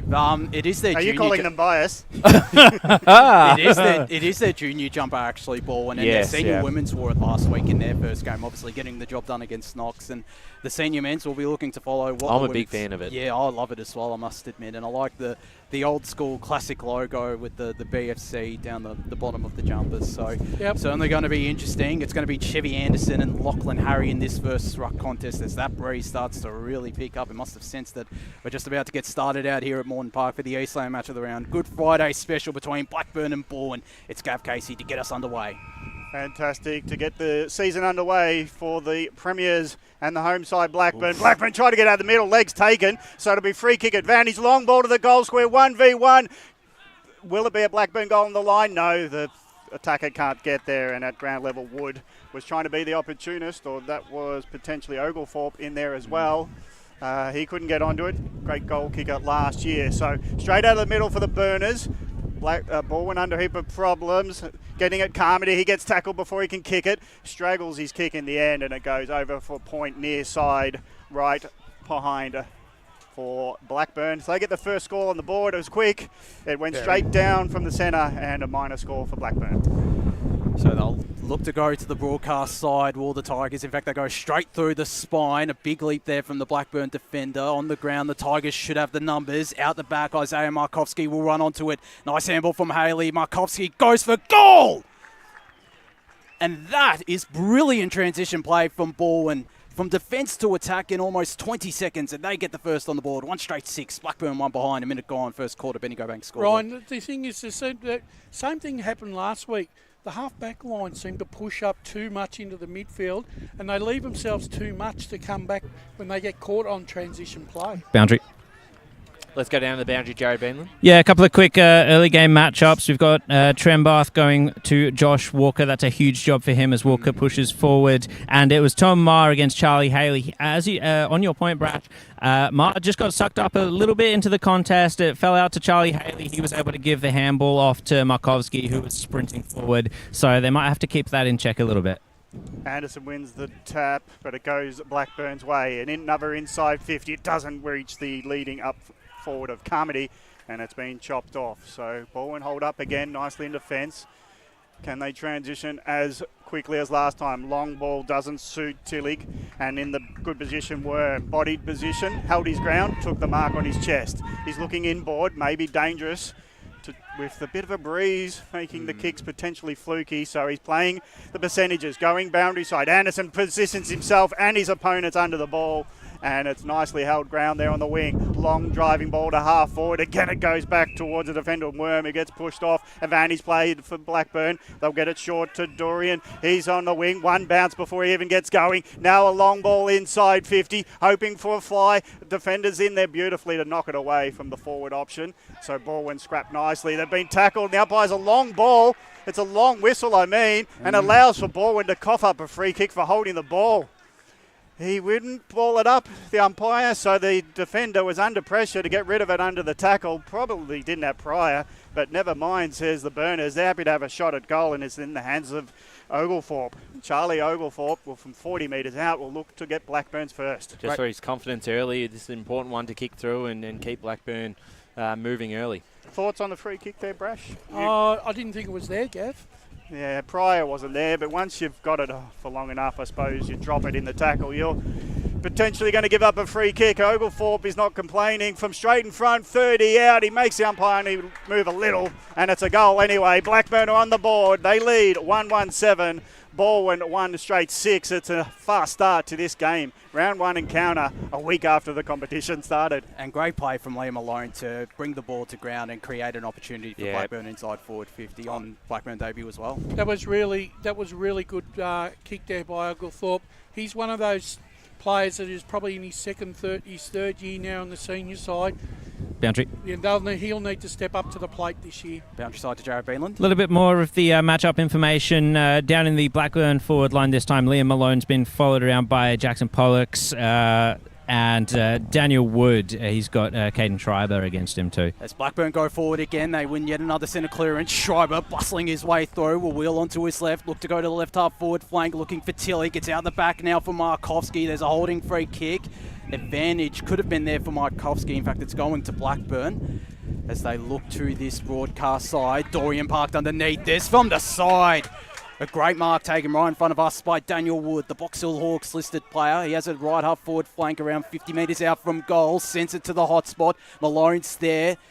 Balwyn players spoil one another, but they'll be able to clear from defence. And over the top is Kane Turner, once again right in front of us, centre wing broadcast side. As he looks for Jack Tillich, the spoil coming in from Winter, but it'll be chopping of the arms. And the free kick will go in the direction of Jack Tillich, who has it about 55 metres out. Paul Ukone in the stats centre. Yeah, Blackburn have had a dominant start in the clearances. They lead 4-0. As they go inside 50 Balwyn, but the kick is smothered. Winter will be the outlet handball. Look to go down the line, but a great smother there by Tommy Wilson, and the ball will go out of bounds. Right in front of the scoreboard retreats. 5 minutes gone in this Eastland match of the round. I just want to say, sorry, I called him Jack. I just called him Jackson Pollux. It's Josh Pollux. Jackson Pollux is a famous painter. I thought there was. Yeah. I was going to say he paints a beautiful picture, does Jackson. But he's kicking, hopefully, goals or something similar. Anyway, it's Balwyn getting it to Turner. Quick hands, gets it over his teammate and Haley. Haley has to share it, but it's hot for Red. He gets up from his tackle and tries to get rid of it. And now he's been tackled for a second time. The umpire says it's all good with me to ball it up. Centre forward for Balwyn. I like the way that both sides have settled into this game. The composure from both sides in under the pressure situations has been good so far. Anderson doing great in the ruck, but it's the Blackburn around the stoppages winning the exits, and that kick went straight to the fence and it's out of bounds near the coaches. So it'll be a ball in outer side of Blackburn. And this is without Lawler starting in midfield for Blackburn. It's an impressive effort from the Burners midfielders. This time front position to the Burners ruck, but it doesn't know clear possession. Balwyn do turn it going their way through Slimming. Slimming from South Australia's league gets it going forward. Great recruit for Balwyn, and they're always very good at bringing new talent to their side. His kick goes directly out of bounds on the full at half forward, so it's a turnover ball for Blackburn at half back. And it looks like it's Riley Winter who's had plenty of possessions in these early stages. Looks to go long down the line, centre wing far side. Balwyn player parked underneath it, couldn't take the mark on the ground. Teammate is wrapped up, and we'll have a ball up. Centre wing on the far side, right near our boundary riders. And Jared Beanland and Chris Curtis as Anderson won the tap down. The clearance will go in the direction of Balwyn as they look to load up inside forward 50. Big pack forms, Walker's out the back, wraps up his opponent there in Ben Warm, who's had a good start. Yep. One of the new recruits for Blackburn this season. Paul Ukone in the stats centre. Yeah, inside 50 so far in this quarter are 4 apiece.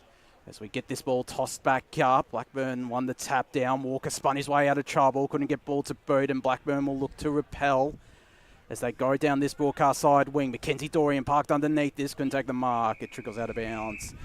Centre wing broadcast side. Brash, do you like Walker playing up forward a bit more this year? Yeah, I do, mainly because he gives them an option and he's big and strong.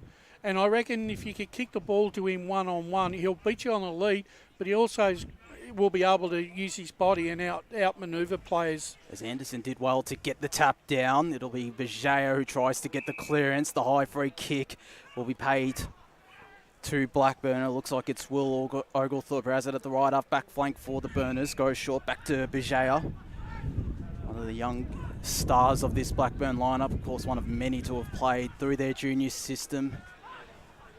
As he looks to go down this broadcast side wing, which he does now. A big pack forms. Anderson gets the spoil in, but it's Oglethorpe on the ground. He's corralled out of bounds by Tom Wilson, and we'll have a ball in right half forward flank, about 45 metres out from Blackburn's goal.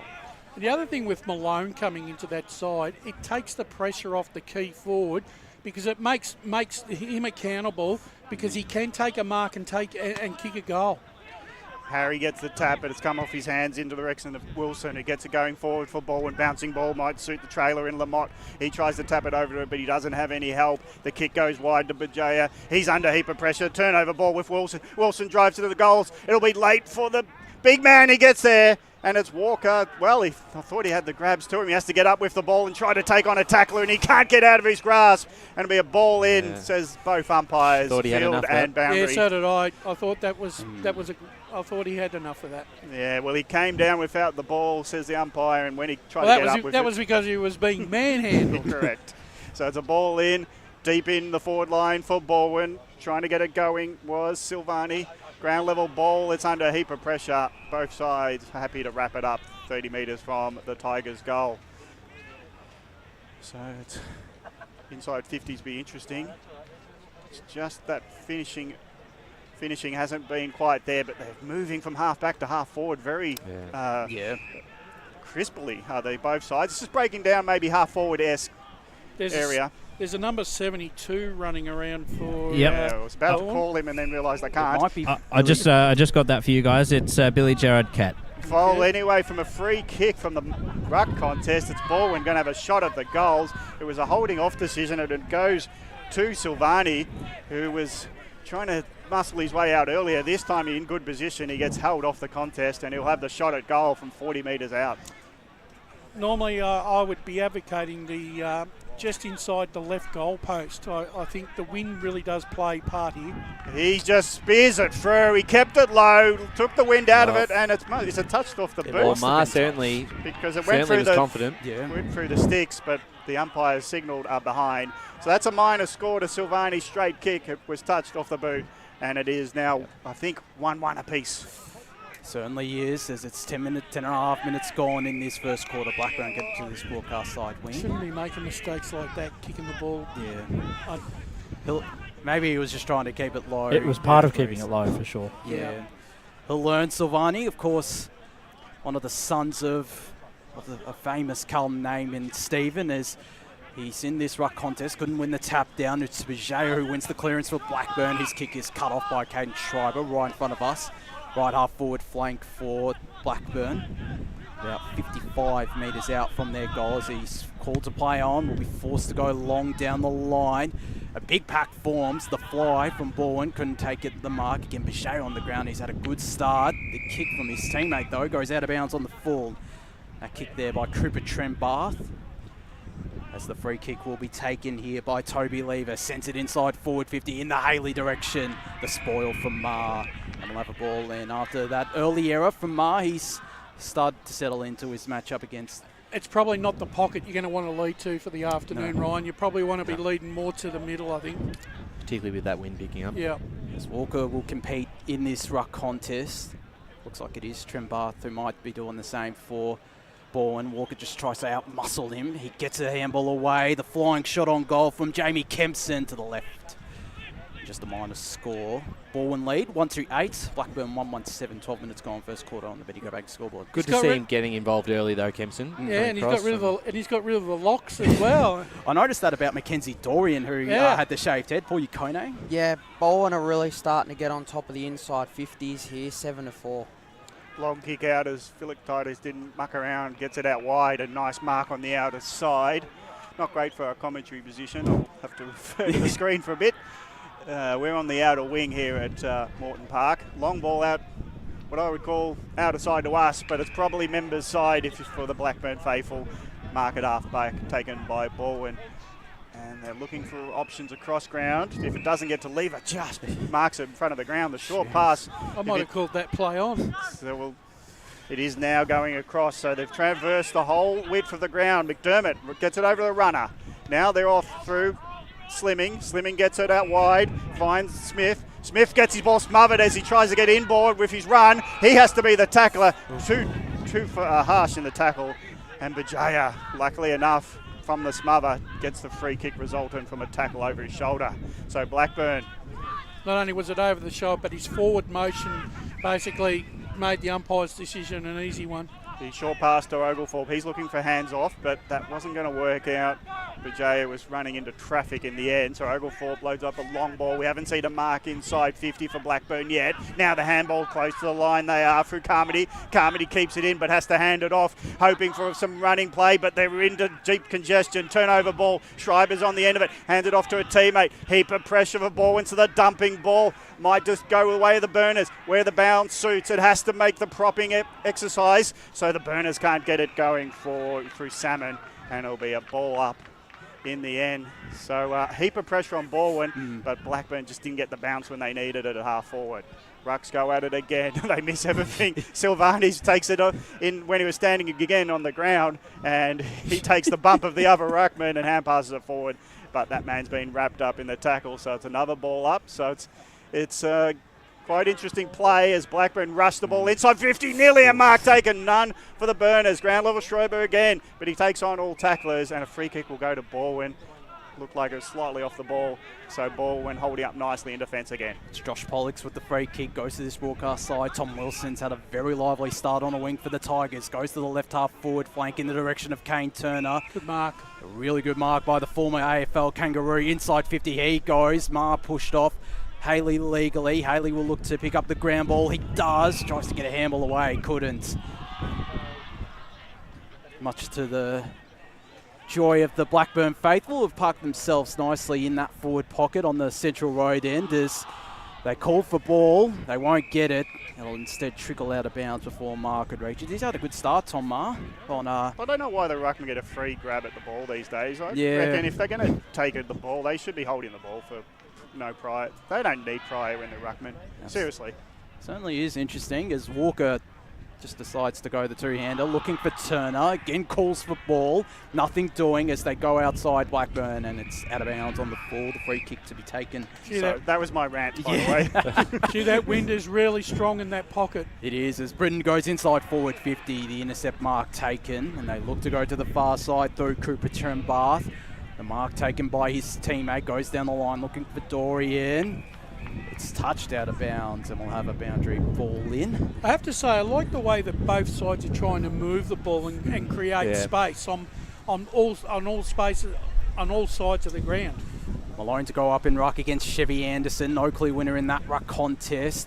On the ground ball and should have the numbers, and they go deeper inside forward 50. It might fall out the back, it doesn't. And they move to 139, the Tigers. Blackburn 117, 16 minutes gone first quarter. Hotly contested game so far out here at Moreton Park. Yeah, and let's get some stats for Paul. Yeah, the intercept marks at the moment are 4-2 the way of Balwyn. Yeah, they have been doing well off half-back. No marks inside 50, I reckon, would be the stat for Blackburn. But at half-back, they're holding up nicely. Harry was underneath it, couldn't drag it in. So he holds it up on ground level, and it'll be a ball up at half-back. So with that, it's a tricky win because you can actually hear it through Fex mic. So I just wonder if kicks from Salmon and Co are just going offline a little bit. Again, Paul, you can't. Just referring to to the marks inside 50. There actually hasn't been a mark inside 50 yet in this game. Not surprised. Yeah, I just think the synchronicity for Balwyn's missing, and the dumping decisions from Blackburn ain't working out for them yet. So here goes the long ball for Balwyn. It's just hoping for Walker to be on it. This time it's another leader coming up. Hit the ground without the ball was Lamont, and Blackburn have got the numbers. The inside will be a heavily contest. Pushing off it was Britton. Ground level, he doesn't have the support for the Tigers. Hand pass out wide. Vijaya goes off his knees when the ball bounced into him, and that put him under more pressure just when Blackburn had a couple of extra numbers at half back. With that wind playing havoc down in that left forward region, the centre forward position at the central road end is going to be crucial this afternoon, because it could either be bang or bust. Vijaya wanted to kick it, and he held his kick because he knew it was going to be smothered, and then resulting drop the ball ground level, and the pack forms over him. So we'll go again, same ball up, half back for Blackburn, half forward for Balwyn. This would be the outer side for Morton Park. It's the broadcast side for us where the camera is, trying to get onto his Urban, but he's just tapped it on effectively, and now it's in the hands of Slimming a long ball from 50, letting the wind do its job, and he's very happy on debut for Balwyn. The long ball was hopeful but straight, and the wind did the rest for him. Fantastic to get on the board for Slimming, and it's a second goal for Balwyn. They stretch out to an early lead, 2-3-15, leading Blackburn 1-1-7. Wow. We're actually approaching time on, 18 minutes gone. Welcome to the EFNL, Stephen Slimming. That was a massive kick off the left boot outside the arc, and just had no options in front of him anyway. So I think it was the right choice, and that's a perfect kick, and measured the wind quite well, because it is, as you said, Gav, it's really picking up in the last 5 minutes. So he had to kick that perfectly, and he did. Tobin Brothers goal of the day contender. Absolutely. Well, the only one at this stage is Balwyn will look to continue to build momentum, but they won't from this stoppage. Answorth to Bajay, who's had a really great start in midfield. They get it out to Patrick Lawler, as it on this broadcast side wing. Goes long, inside forward 50, looking for a teammate. A great mark taken by Billy Hicks. Whereas at the right half forward flank, he probably won't be going for goal, given there is a hand, as we've mentioned, it's a big breeze.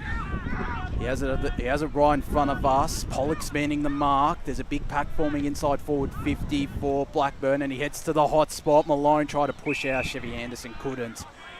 The big man stands tall in defence. Had another terrific season. Game number 100. It is. Been a terrific servant for Balwyn for many years now, and now a premiership player alongside a fair few of these players, as Blackburn go inside forward 50 after causing the turnover. Schreiber juggled the mark right near the goal square, and he'll look to just take his time, looking for options all across the ground. He might be forced to go down the line now. He does. Wynn sends the kick to centre wing right in front of us, and the mark is taken there by Toby Lever.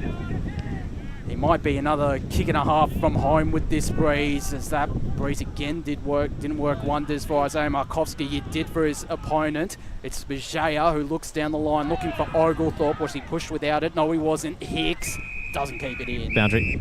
As we go down boundary side to Jared Beanland. Yeah, just to confirm the state of the wind, it is really picking up right now, absolutely favouring Balwyn's end, but I just don't think they've really made the most of it, to be honest. It's floated over the top of their forwards, and Blackburn's defence have really feasted on that and have been really hard at the contest. The Slimming goal was really the one time that it feels like it's favoured Balwyn. Absolutely is.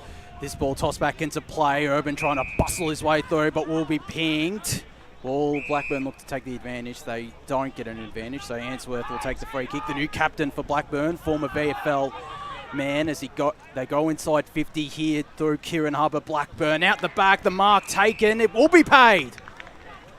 And Billy Hicks can go back from almost directly in front and make it a 2-point margin. Once again, if he does kick a goal here, this will be massive, given they are kicking against the breeze here, Blackburn. Oh, it's a tough mark to do as well, over the top of Pollux, and just did enough to hold on to that one, Brash. And you're right, Josh is right. If he converts this and 2 goals each apiece, they'll go into quarter time pretty happy. I'd be very happy with Blackburn's output in this first quarter. As Hicks comes in, misses. That was the first inside 50 mark of the game. And it's a missed shot on goal from Billy Hicks. So 1-2-8 Blackburn, Balwyn 2-3-15, 21.5 minutes gone. We're into time on in this Eastland Match of the Round in the first quarter. Then again, you can't afford to be missing shots like that too, Ryan. I just wonder if the wind played with his head there, because I know in golf, when you've got a 3-footer, you just go for the hole. And I reckon with this one, you just drive the ball into the goals sometimes. Don't worry about the wind. But it's a miss for Blackburn. Into centre forward, goes over the head of the intended in Bajaya. So it's Balwyn. That's 25. Being pushed over with the mark was Anderson, but he doesn't get a 25.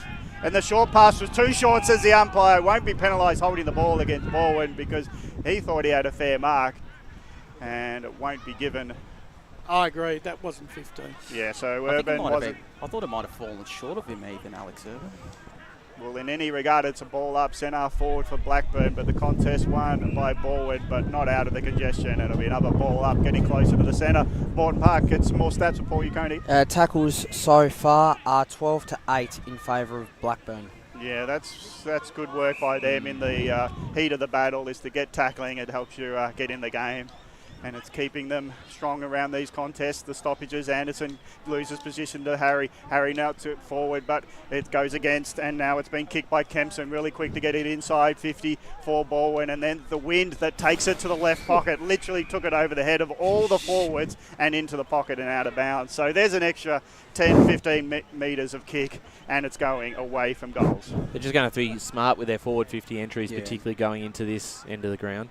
Well, do they come from that pocket and charge forward, or do they understand that that's going to be a new fat side for them to leave open? It's going to be interesting how Balwyn plays in these last few minutes of the quarter.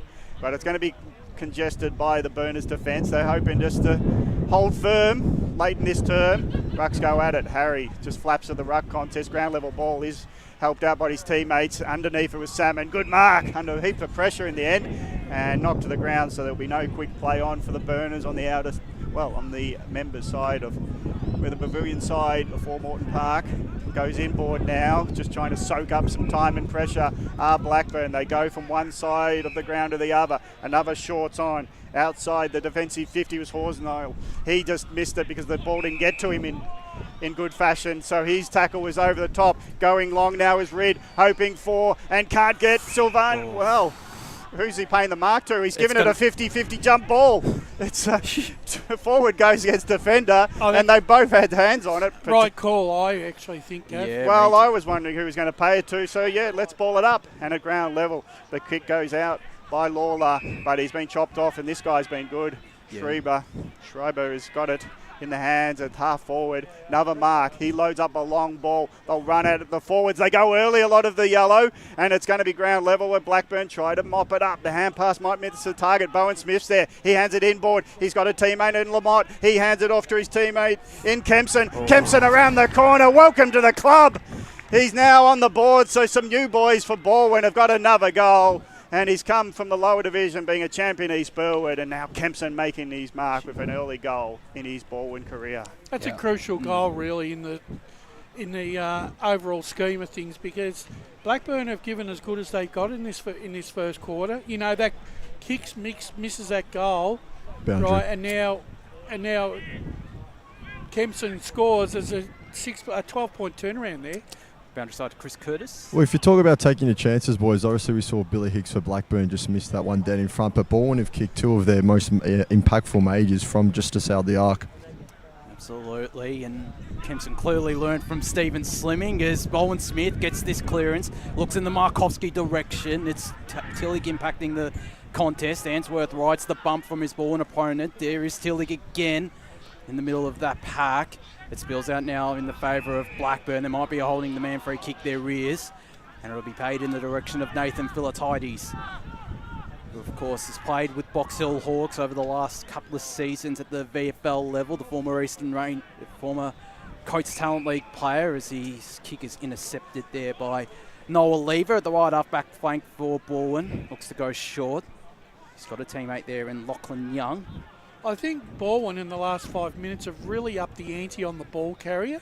They're really pressuring Blackburn, and like every time Blackburn touch the ball now, there's always a Balwyn player ready to tackle them. As Tom Maher is wrapped up there by Jack Tillich. It's great to see Maher still rocking that really great moustache.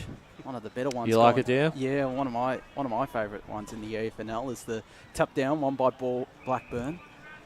Just as good as the Balwyn jersey, I must admit. Well, I can hear a top 5 coming on. Maybe that should be EFNL Inside next week, Ryan. Top 5 moustaches in the EFNL. As Blackburn attempt to clear their defence, it's Jamie Ritter who cuts it off, weaving his way out of trouble. Goes out far side to Tom Wilson, who sets it up inside forward 50. Big pack forms. Out the back, Markovski. Shot on goal to the left. 3-4-22 ball and Blackburn 1-2-8, 27 minutes gone first quarter. He was nearly the accidental marker, was Markovski. He was just standing there and the ball landed at his feet. Got to shut down this game now, Blackburn, for the final minute or so in this first quarter. Yeah, don't want to let a goal concede here. It'll be interesting if you play on long ball or try to keep it short. Looks like all short options are wrapped up.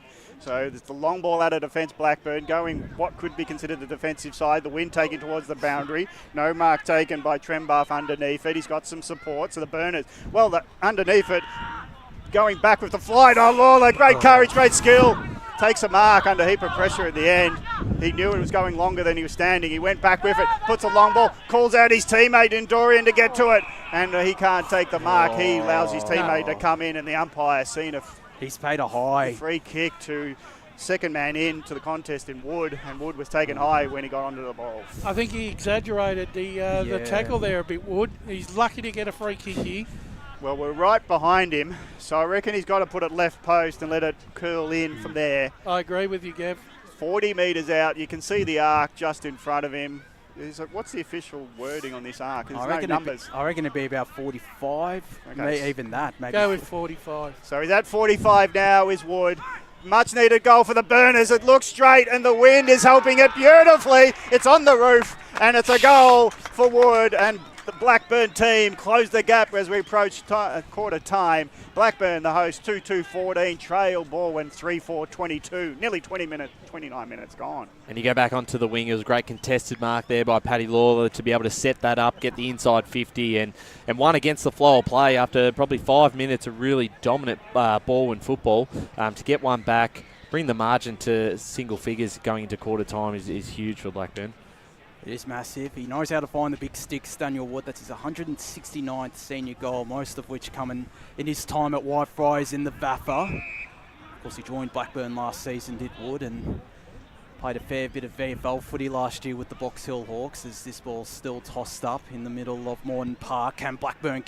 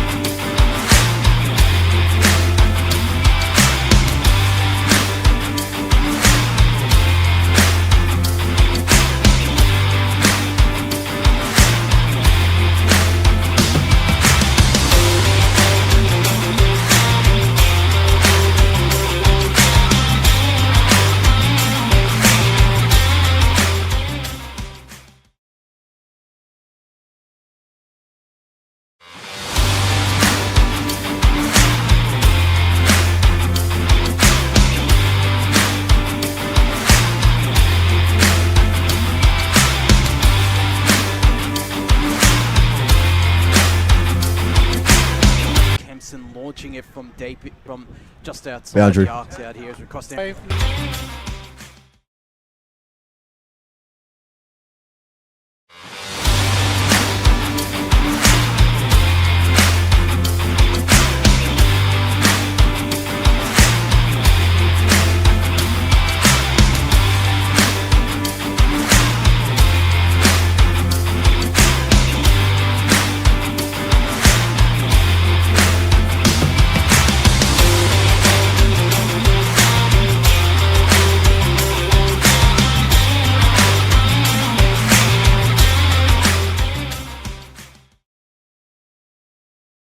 Markovski's run down.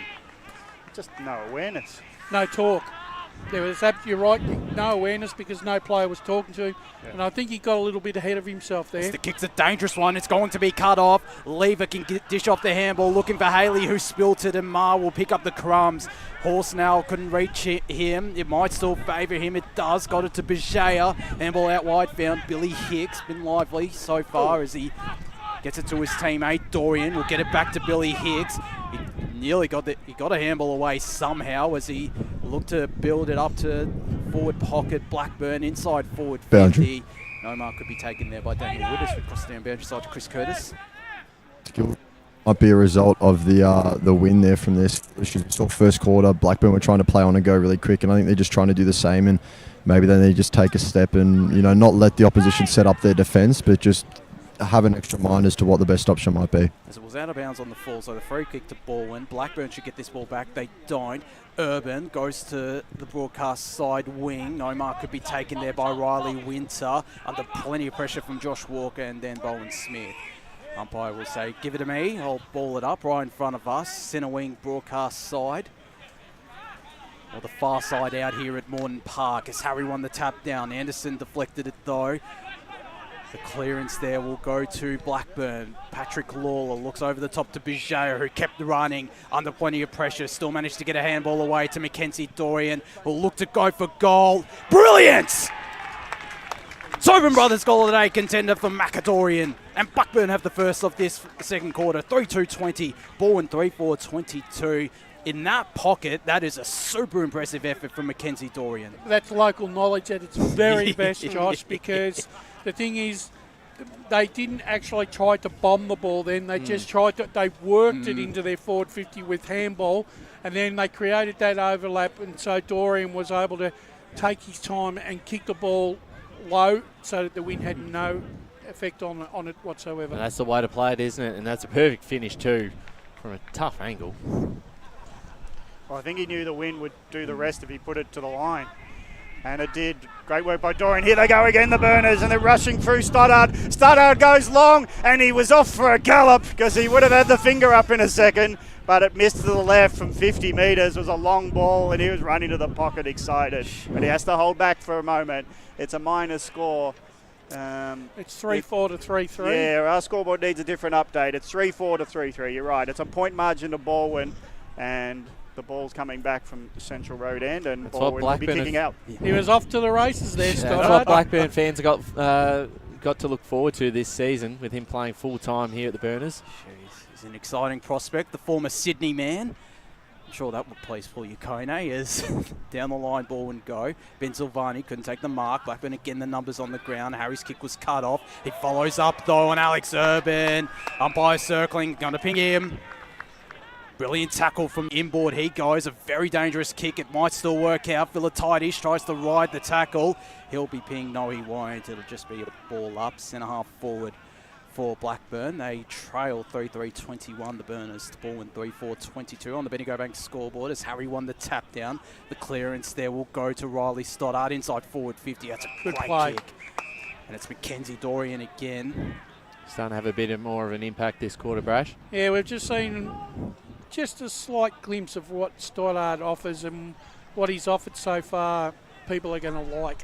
I reckon he's going back for the set shot here, Dorian. He's setting up for it. Well, he should. Right on the 45-metre arc on a 45-degree angle. It's going to come back with the breeze!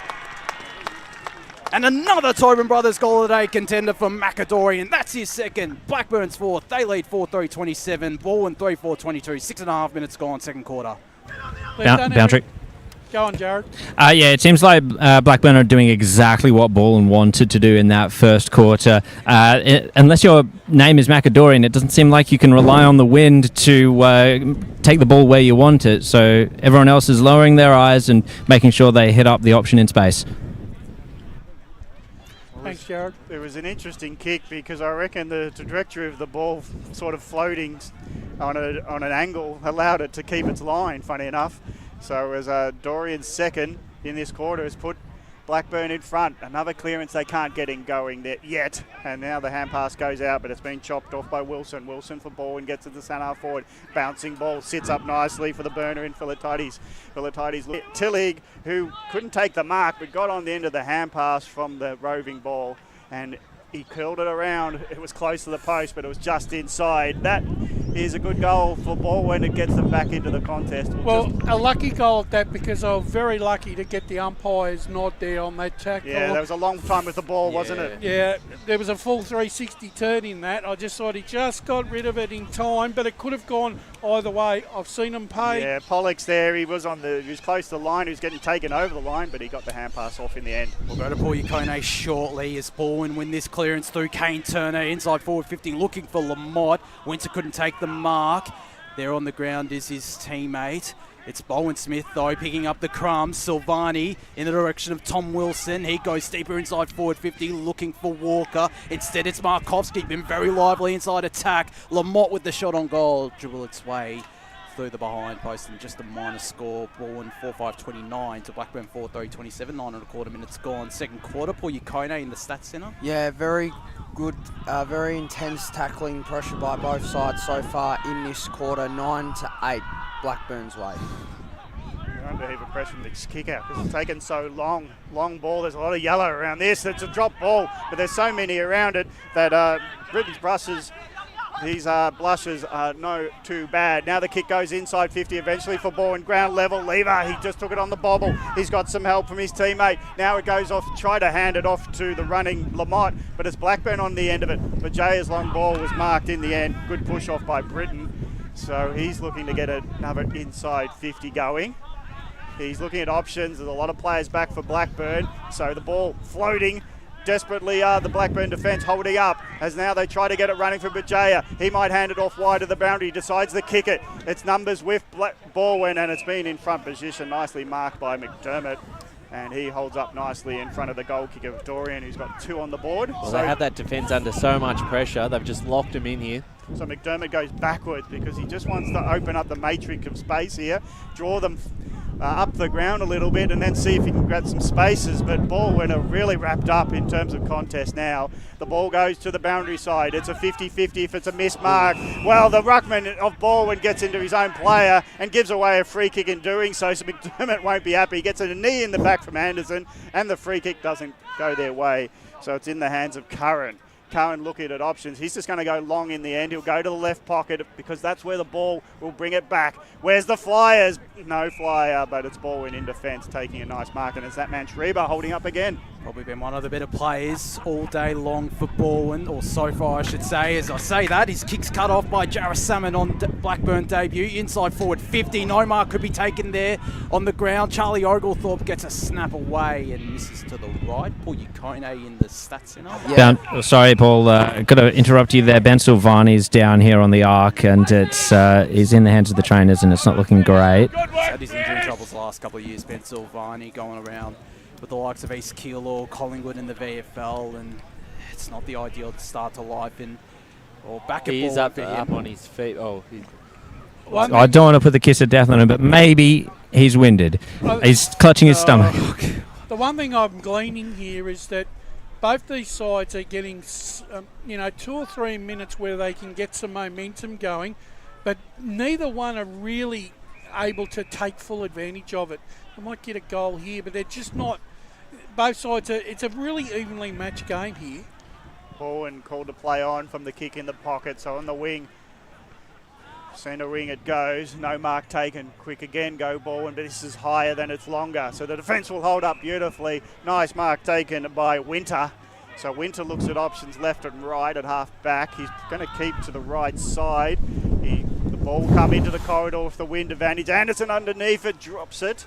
and it was drop ball by Young in the end, and now the quick kick in the forward line, and Blackburn have got an inside 50 mark, and this time it's Bajaya who's done a lot of work off half back, getting forward and taking a mark from a turnover ball. Drop mark, falls in the hands of the Burners, and Bajaya standing in the pocket takes a mark. I've liked their forward 50 entries this quarter, Josh. There was one before to Oglethorpe. He dropped the mark, but they're certainly keeping their eyes close.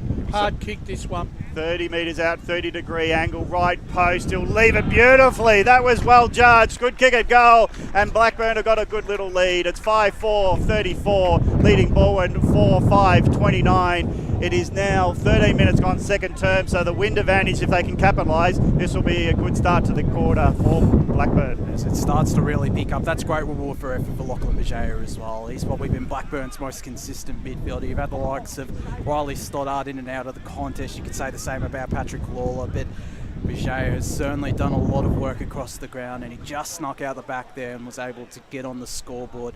So the Burners, they've probably been the better side this quarter. Balwyn did have that patch of dominance where they kicked a goal, but they trail now the Tigers by 5 points, 34 plays 29 as we're back up in the middle. The tap down one by Liam Malone. He might get this ball back from Stoddart. He does. Handball out wide to Philatides. He's got a man over the top.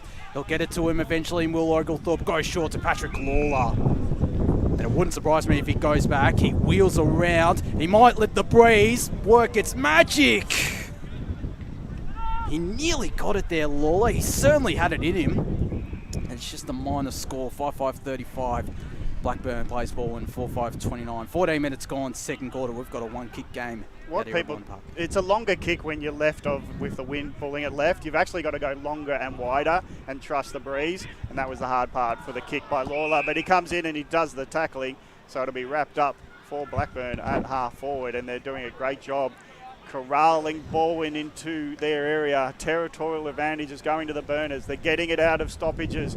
Stoddart then was trying to get it going forward. Knocked the forward by Burners, and now Answorth got it forward to his teammate. It's on the end of it, and now it's Eppel who fires a ball from 40 metres out, and it was just tap on hand pass to Eppel, who was all on his own and running towards goal, gets another one for the Burners, and now they've got a good lead. It's now 12-point advantage, 6-5-41 leading Balwyn 4-5-29. That is a 4-goal quarter already 15 minutes in for Blackburn. Well, Blackburn are taking all the opportunities and creating those opportunities through hard work, and they've sort of built a wall. They've been building that wall across half forward and make it really hard for Balwyn, Ryan, to penetrate out of there. Yeah, I certainly agree, and a lot of the work has been done through the midfield. They've been very impressive through the likes of Answorth as we go to the stat centre with Paul Uconi. Yes, Balwyn have been dominant in the forward territory this quarter. They currently lead inside 50s 10-7, and the clearances are 6-4 Balwyn's way as well. Is that forward or Blackburn? Blackburn. As Balwyn win a clearance, but it'll be turned over here. Philatides had a great couple of minutes as the Box Hill Hawk. Inside 50, he goes. The big pack mark nearly taken by Liam Malone. Rid out the back.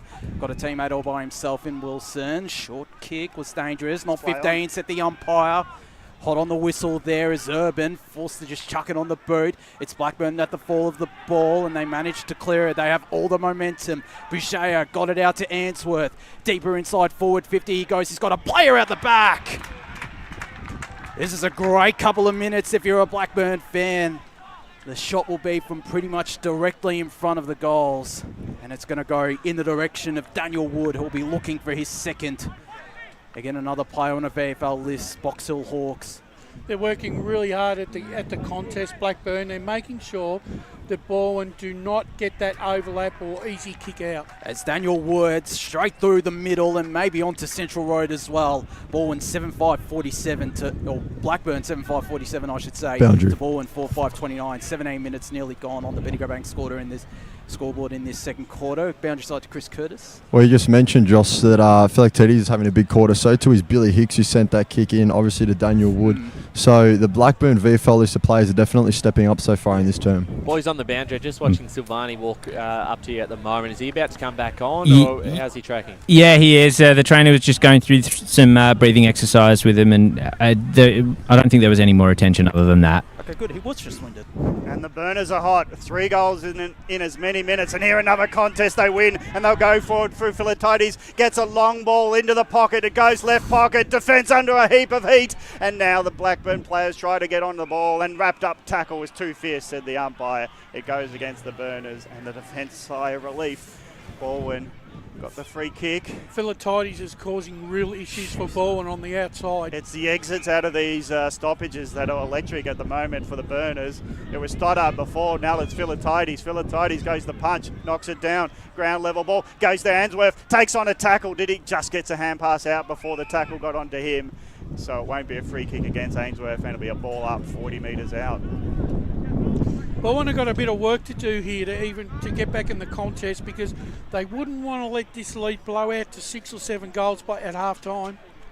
Tap won by Anderson, ground level. It is won by Balwyn, but it looks like the numbers are with Blackburn late to the contest. Couldn't take the mark was Marr, and he's one in front of him. Lamont beats the 2 against him. So he's got a ball inboard. Nice short pass. Finds Bowen Smith. He's looking at options at centre forward. Got a short leading to the pocket, left pocket. Trying to use his body and his bum. Nicely done there by Lever. Gets it into the pocket, and that was 10, 12, 15 just, and it's a mark to his teammate. Balwyn will have a shot at goal. Well done by Lever getting it to Markowski. First forward 50 mark for Balwyn in this game. Say this, Isaiah Markowski, he's probably been the most lively small forward. No disrespect to Charlie Haley, Markowski's been in and around the contest a bit more than Haley has. Yeah, it's good work by Lever in the marking contest to be the first to bounce with the ball. Gets it to Markowski, right pocket, much needed goal, and he spears at it. He tried too hard to direct it straight, and he's really spooked himself with the kick a goal and misses to the right from only 15 out. So it's a minor score. Balwyn 4-6-30, trailing Blackburn 7-5-47. And the Burners are on top, and Balwyn look like they're under a heap of pressure. Blackburn will take this kick in. Kieran Hubber decides to go to the far side wing. There's a player at the back. Chevy Anderson got the spoil in. It's Balwyn who will go inside 50 once again, though. Silvani, who's back onto the ground, couldn't take the mark. It's Markowski there on the ground. Got the handball away to Lamont. Couldn't get Boots a ball. And Blackburn will attempt to clear, which they do now. Looks like that's Philatides, whose kick was a really good one. To Riley Stoddart. Goes long down the line. McAdorian out the back. He'll go in a one-on-one. No mark taken there by Young on the ground. Locked up there. Hubba Bubba, what a goal save by Hubba. He was fantastic. He just smothered the ball in the goal square, and that is as good as a goal. I reckon we give an award for that. Oh. Who's sponsoring it? What, a pack of Hubba Bubba gum? As Hicks just didn't get it to stick. Just chucks it on the boot. It might fall for Dorian. It nearly did. He just fumbled the mark, and it's going to be a boundary throw in left forward pocket.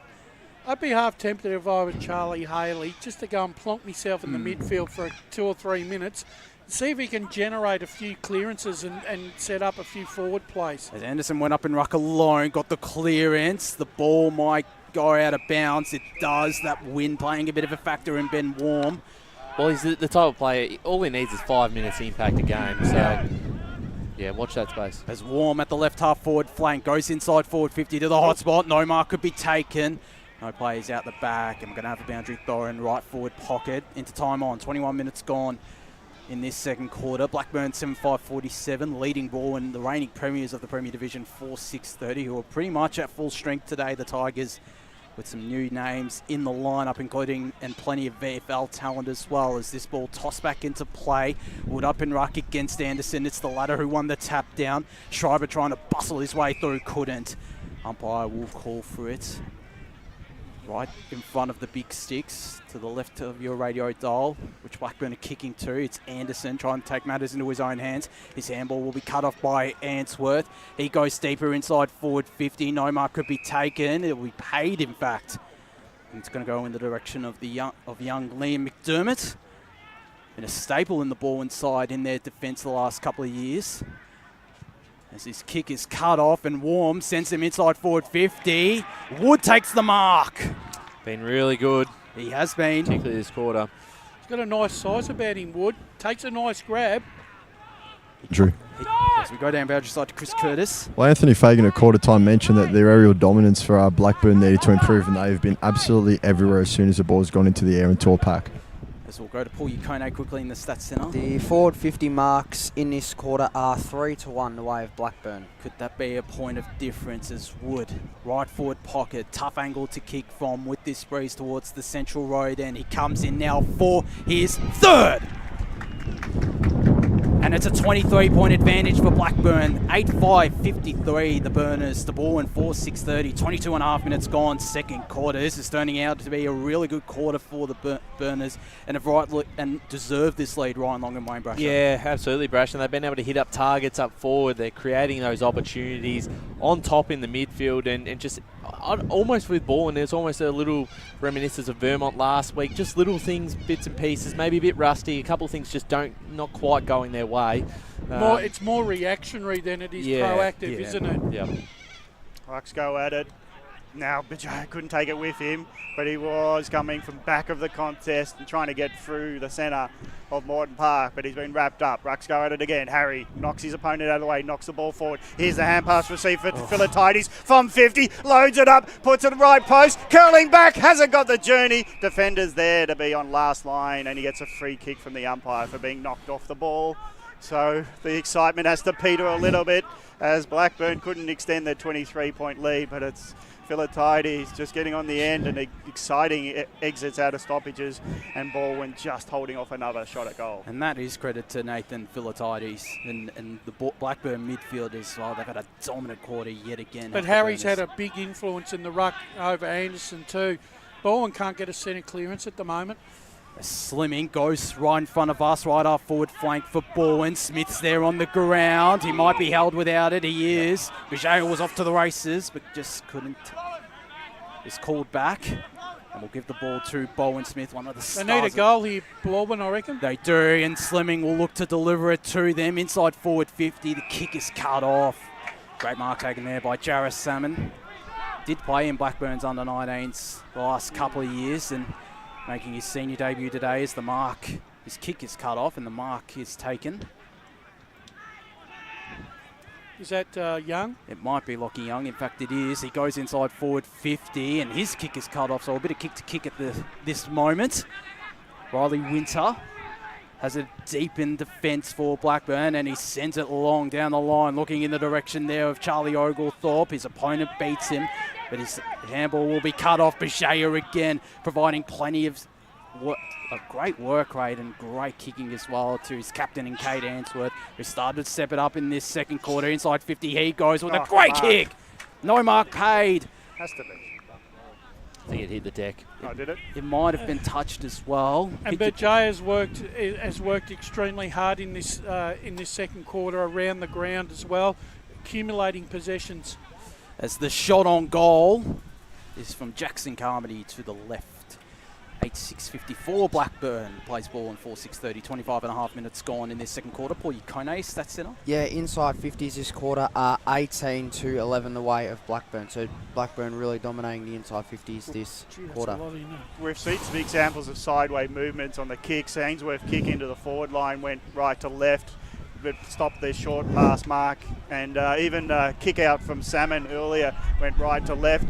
So there's a lot of adjustment players got to do on field, because any kick over 30 will be affected by the wind. This kick has dropped short for Balwyn. Ground level, can Urban and co get it going? He won't be, because he's wrapped up, and it's out. Ball up, just close to the boundary line on the I suppose it's the pavilion side of Morton Park, and it's time to take a score check. 26 minutes gone. Blackburn, who trailed at quarter time by 8-6-54, now lead by 4 goals, 4-6-30. Balwyn trying to get out of the congested area. Wrapped up in a tackle, and the Burners faithful shout for holding the ball. Umpire not up for that one. We made the call earlier that Charlie Haley might go into the midfield, and he's done just that. But there's his opponent, Ma, just taking it away from the stoppage. Beautifully called. Ma's kick won't find his intended. Under heap of pressure's Reid. Hands it off to a teammate who's been tackled by 2. And they get the free kick, do Blackburn. Now the long ball doesn't suit the forward. And coming in late was Carmody to the contest. And it's a free kick mark for Balwyn. But the numbers and the pressure around each contest is elite now for Blackburn. Didn't result in a mark inside 50. But again, it's Schreiber. Schreiber's got the kick outside 50, and a mark at 2 attempts has to go to Turner, not paid. So play on is called. Kick off the ground for Balwyn as the siren sounds for a fantastic second quarter by the Burners. 6 goals they added in that term to 1. Blackburn at half-time lead 8-6-54.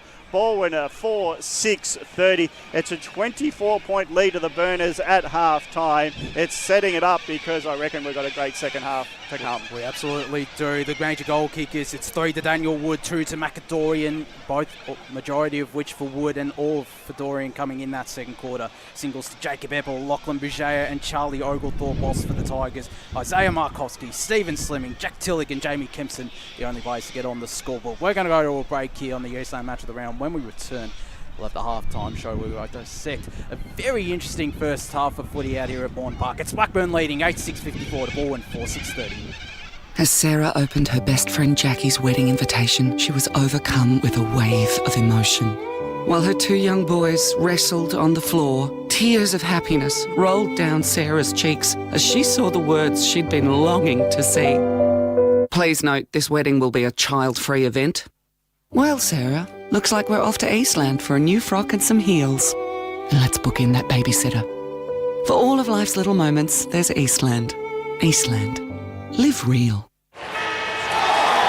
Sprained your ankle, bursting through the banner? Broke a finger, high-fiving the ruckman? Or did you run into the goal post again? For bumps, breaks or bleeds, be seen sooner, close to home at Knox Private 24/7 Emergency Department. The preferred provider of emergency care to the Eastern Football Netball League, you'll generally experience shorter wait times. You don't need private health, but there is an out-of-pocket fee. Be seen sooner, close to home at Knox Private 24/7 Emergency Department, 262 Mountain Highway, Wantirna. Do you feel good about your bank? Because there is a bank you can feel good about. They share their profits to fund big community projects, small community clubs, and vital emergency services. They've given $250 million to help Australian communities thrive. They have all the products and tech you expect from a big bank, with service you don't. It's Bendigo Bank. Feel good about who you bank with. Try Bendigo. Search bendigobank.com.au or search Bendigo Bank near me. Tobin Brothers Funerals wear their heart on their sleeve. Their clear and easy to use website and Memory Maker app make it easy for families to make an informed decision. Here's James McLeod, Managing Director of Tobin Brothers Funerals. We pride ourselves on being the most transparent funeral company. All pricing on goods and services are available on our website. It's all there for you to see and make very informed decisions when planning a loved one's funeral. Visit tobinbrothers.com.au. Tobin Brothers Funerals, celebrating lives. Do you want to study at the #1 sports science school worldwide? Study sport at Deakin and benefit from the most advanced sports facilities available, from running tracks to biomechanics labs, and decked out gyms to a climate chamber. Deakin have what you need to graduate ahead of the pack. Discover endless opportunities in sports science by visiting deakin.edu.au/sport. Deakin, proud sponsors of the EFNL.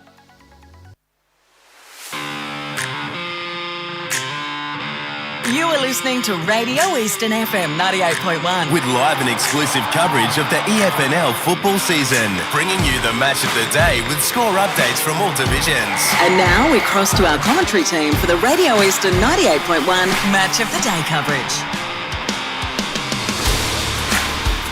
Yes, welcome back to the Eastland Match of the Round, half-time out here at Moreton Park, and it is Blackburn leading 54 to Balwyn 30, and I've got Chris Curtis and Matt Spider-Lee beside me to talk about that first half, as well as Jared Beanland. But Spider, we'll start with you. It's been a interesting game in the first half, and Blackburn really got on top throughout the middle of the ground, and were able to hit up some targets in that second quarter to extend that lead out to 24 points. Yeah, 6 goals in that quarter to Blackburn, and it was all due to their clearance work through the middle of the ground. I mean, guys like Riley Stoddart, Ainsworth, Macadorian, who kicked 2 brilliant goals, Philatides, who's real.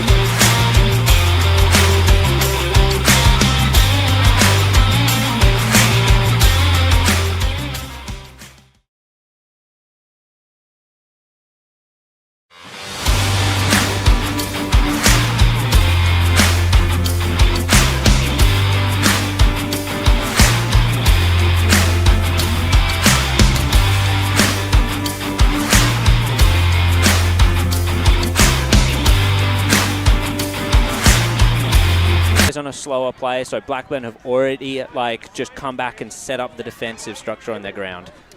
Absolutely. Yeah. Obviously, it's still a long way to go, Chris. Do you expect the class of Balwyn to get back on top in this third quarter, or where have you are you leaning towards Blackburn? They've got a 24-point lead, but that can quickly vanish. How do you see this second half playing out? No, it's exactly right. The lead can vanish quickly, but it's very difficult to say because it's really dependent on how Ball would come out and start this third term. I think that they'll still have the quality to get over in the line in the end. I think pre-game I said 7 points. I wouldn't be surprised if it was still something around that. But if Blackburn can kind of replicate the first quarter and despite being against the win, only give up maybe another goal to Balwyn, that difference of one goal, and then they can come out in the fourth quarter and maybe get 1 or 2 and shut the game down. So I still think Balwyn will come out and their class will prevail, but it's very much Blackburn's for the taking if they can lock down and really show that aerial presence and aerial dominance that they did on, in both arcs that they did throughout that first half. Very true, Spider. Yeah, look, I still expect Balwyn to come back in this, third term and put themselves right back into the contest. I just think Anderson's got to do a little bit better at centre stoppage. Harry is clearly on top at the moment, both at stoppage and around the ground. So they need a lift there, but they also need a lift from a couple of their prime midfielders as well. Guys like Urban and Smith, who haven't been as prominent, in the early part of the game. Slimming looks dangerous when he gets the ball and on transition, and guys like Kempson are getting on the end of it, but they just haven't been able to finish their connection pieces when they go forward, and guys like Walker haven't had a really good look at it. They may even consider, flipping that and maybe moving Josh Walker back down to defence in the third term, just to give him another look and maybe just move the magnets around a bit just to see if they can open the game up. And as Sando said pre-game, unlocking the defence and try and turn that into some forward play. And Jared, before we go to a break, your thoughts? Well, I think Balwyn, look, if they're going to be able to improve upon the way they move the ball in the first quarter, then they really have a bit of a chance with the wind. And as you said, it has died down a little bit. So maybe that's going to be, maybe that's going to be just a null and void point, and maybe we've got sort of a bit of a more even playing field going forward into this game. So in that case, you're right, Spider. They need their midfielders to lift.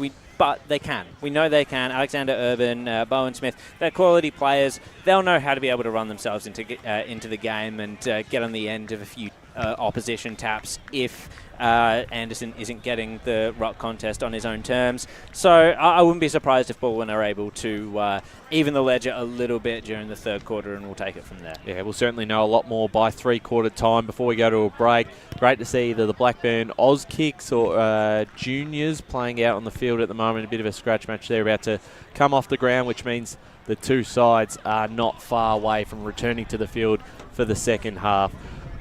Right now, at half-time, it is Blackburn 8-6-54 leading Balwyn 4-6-30. We'll be back in just a moment for the second half action. Today at Eastland, Lucy's trying on jeans for a momentous occasion. Coffee with the ex. She needs jeans she can move in because she's definitely moved on. Jeans that get a second look, but don't give any second chances. Jeans that say, well, yes, I have spent the last 8 months in a post-breakup juice cleansing, kickboxing, personal training frenzy. And it looks as though she's just found the perfect pair. Yeah, that's great. Bravo, Lucy. For all of life's little moments, there's Eastland. Eastland. Live real.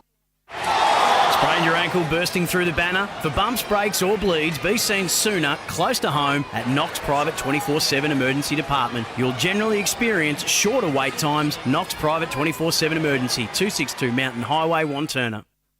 Do you feel good about your bank? Because there is a bank you can feel good about. They share their profits to fund big community projects, small community clubs, and vital emergency services. They've given $250 million to help Australian communities thrive. They have all the products and tech you expect from a big bank, with service you don't.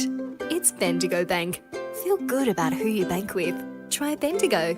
Search bendigobank.com.au or search Bendigo Bank near me.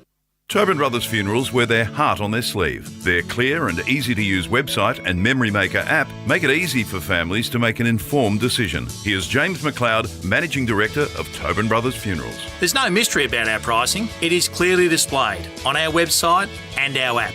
We have staff, standing by 24 hours a day, every day of the year to assist you in your absolute time of need. Visit tobinbrothers.com.au. Tobin Brothers Funerals, celebrating lives. There are only 3 things that should be flushed down your toilet: pee, poo and paper. Some wet wipes and antibacterial wipes say that you can flush them, but you can't. They clog up the toilet and pipes, causing expensive blockages. Save yourself a truckload of trouble. Put your wet wipes in the bin. To learn more, head to the Yarra Valley Water website, yvw.com.au/wet-wipes. Hi, Dylan Dow from the Baroni Football Netball Club here. When I need to grab a quick coffee or a bite to eat, I'm popping into Eastland. Eastland's more than a shopping centre. They support a range of community organisations and have been a major partner of the EFNL since 2018. Cheers, Eastland.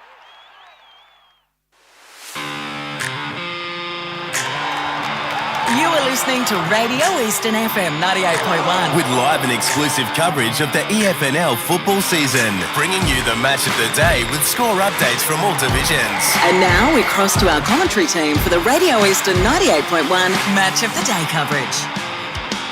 Eastland Match of the round live from Moreton Park. It's Blackburn, the home side, leading 8-6-54 to Balwyn 4-6-30. The reigning premiers of the Premier Division in both their first games of the season on this beautiful Good Friday. The sun did disappear for a little bit there, but now it's back out here at Moreton Park, and both sides are onto the park for the second half of this contest. Josh Woody alongside Gavin Casey, Ryan Long, Wayne Brasher, Paul Yukone, and of course Joe Beanland and Chris Curtis down on the boundary. What do Balwyn need to do to get back into this contest in the second half, Ryan Brash? Well, they've got to make the most of this quarter. I know the wind has died down, as we mentioned at half-time, but started obviously Blackburn started getting on top in those centre clearances. You go back to the first quarter when they did go down to the left side of the screen.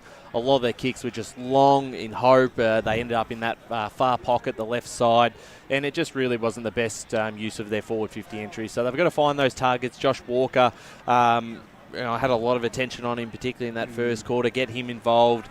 Those smaller forwards, Charlie Haley has been pretty unsighted for the first half. But these are guys, it will take them 5 or 6 minutes of just some really good footy, Brash, and they can change a game. And that's what, Charlie Haley, is the guy who could turn around this game in the quarter. Most definitely, and I also think they need to get a little bit more out of Bowen Smith and Alex Urban in the midfield.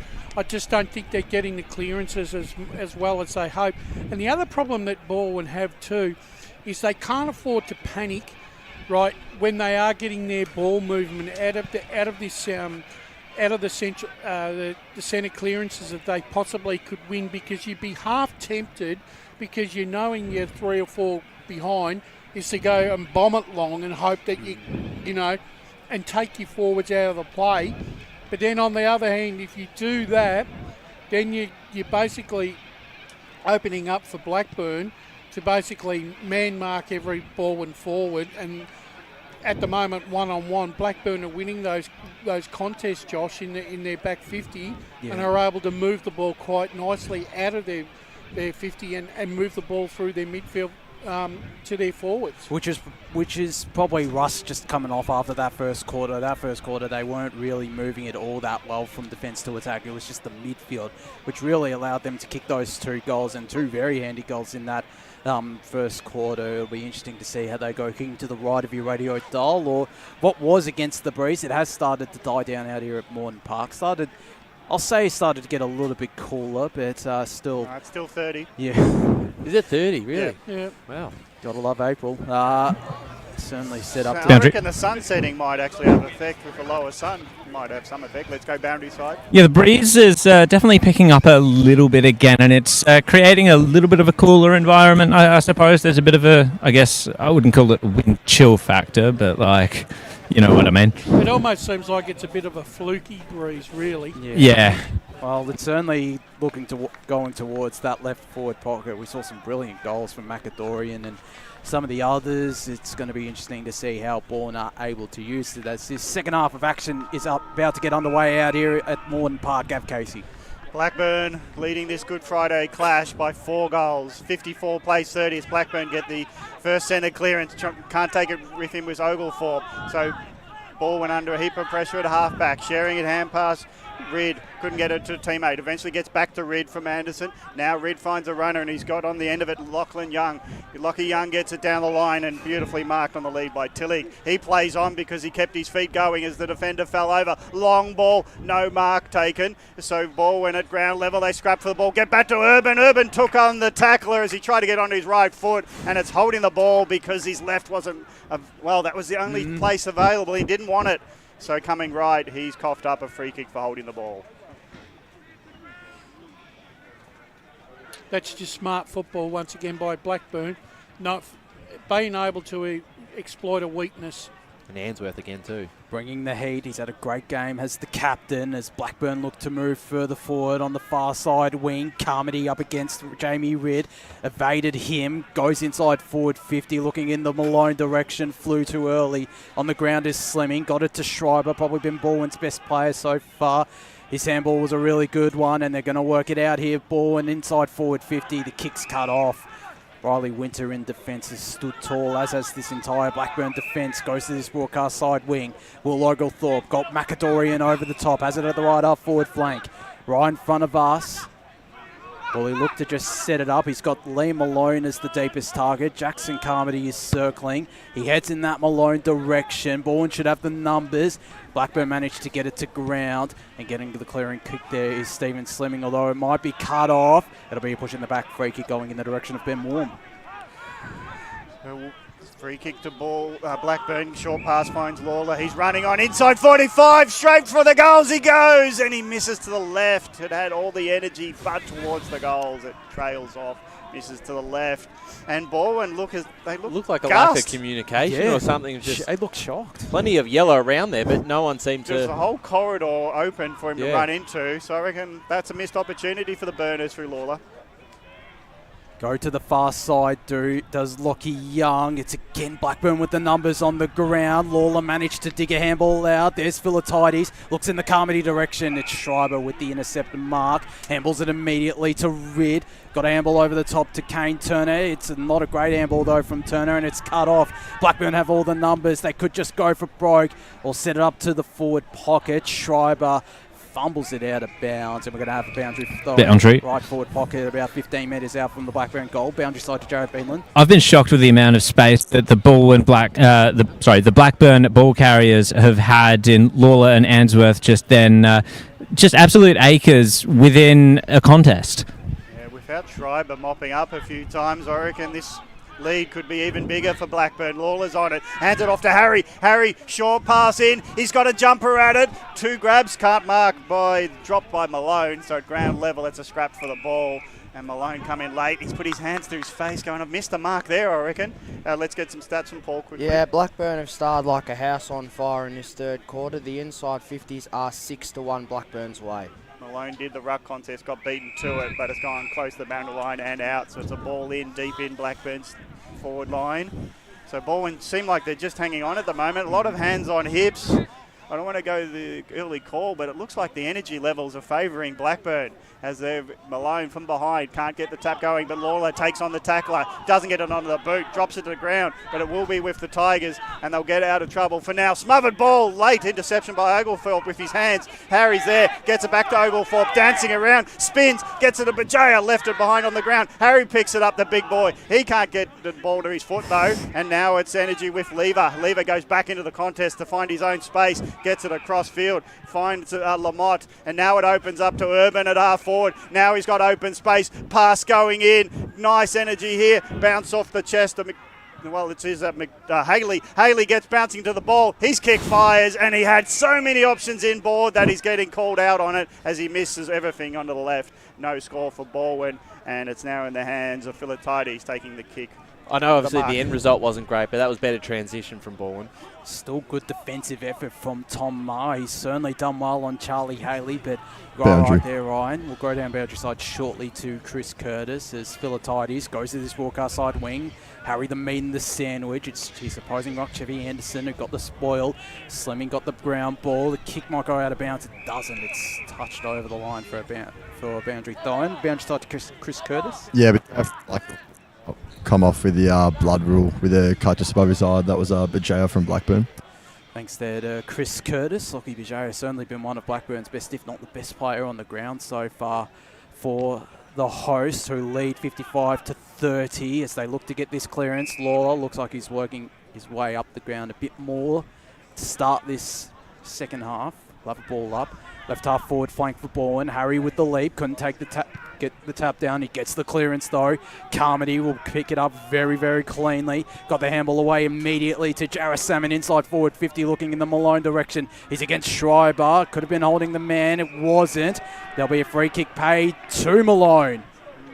I would have called that play on then. Yeah. Well, he was the first man to hold on to his opponent, actually, in the contest. I actually think that one thing that Balwyn are doing exceptionally well, Ryan, is the back six of Blackburn have taken ownership of the spine and they're forcing Balwyn wide on both flanks, so they're not getting any easy shots on goal, and they're being forced not be able to score properly. Yeah, that's right. There's Malone from right on the 45-metre arc on a 45-degree angle for his first goal in the red and black. Gee, that's a good kick. That's a great kick from the former Heathmont man and former East Ringwood man as well, and it's great to see his teammates get around him. Malone with his first, Blackburn with their ninth, their 9-7-61, Balwyn 4-6-30. We've played 6.5 minutes here in the third quarter on the Bendigo Bank scoreboard. Well, Gav, there was a lot of talk at half-time on who's going to strike first, who's going to get that first goal, and where the momentum's going to go. The fact that it's gone Blackburn's way, and the fact that in 6.5 minutes it has been all Blackburn with the inside 50 entries, and they just look like they've got all the energy and they're on top in the contest through the middle of the ground. They're going to take a lot of beating from here. Yeah, the fact that that's only the fourth goal out of 13 to that end. So it just shows that they're getting on top, and Harry's significantly on top in the ruck contest. This time it's Bowen Smith handing it over to the runner. He's got the runner in Markowski from 45. He loads up, but another missed opportunity. Just sneaks in for a point from centre half forward. He hooked it, and the wind that is still prevailing took it away from goals, and a minor score for Balwyn. They're first. Well, they don't have many centres. You've got that stat for centre clearances because they're not getting as many as Blackburn, that's for sure. 4-7-31, trailing Blackburn 9-7-61. That's the kick in. Looks like it's Philatides again. Certainly racking up those disposal numbers, of course, for Premier Data as it goes to Tom Maher, far side wing he elects to go to, and a really great mark taken there by Liam Malone. Worked his way up the ground, the former Jet, inside forward 50. He looks in the direction there of Daniel Wood. It'll fall short of him. There's a high free kick going in the direction of the Tigers. And the free kick will go in the direction of Lachlan Young. Of course, Cullen's VFL captain last year, Young, come across the ball, and a very handy inclusion for the Tigers in defence as they have it now in attack of the right half forward flank. Around 50 metres out, and we're going to have a stoppage. Boundary. Boundary side to Chris Curtis. Vijay's got his head strapped up all ready to come back on, and just while I've got you guys, the wind has calmed down quite a bit throughout this quarter, but he's just starting to creep back in now. Ground level ball by Britton, keeps it in with a hand pass. Now they go inside 50. Smart play. Haley tries to get in position, but it eludes. With the wind that is picking up again, it just went towards goal, and it's been conceded point by Blackburn. So just as you ride off the wind, it decides to inject itself in the game, and the kick went an extra 10 metres. Didn't suit Balwyn this time. Another minor score, 4-8-32. Balwyn to Blackburn 9-7-61. Philatides on the far side, he goes. Balwyn should have the numbers, but Blackburn have the numbers on the ground. Carmody might get this ball back. He does. Was he held without it? No, he wasn't. It's Balwyn who caused the turnover. Lamont inside forward 50 in the Walker direction. Again, Mar did great work. This time not on Haley, on the big man Josh Walker, and we're going to have a boundary throw in right forward pocket around 40 metres out from the ball and goal line on the far side. Walker's stats would be minimal, wouldn't they? Yeah, he's finding it really hard to get in the contest. He's been marked really well. Haley. There's Haley, the flying shot on goal to the left.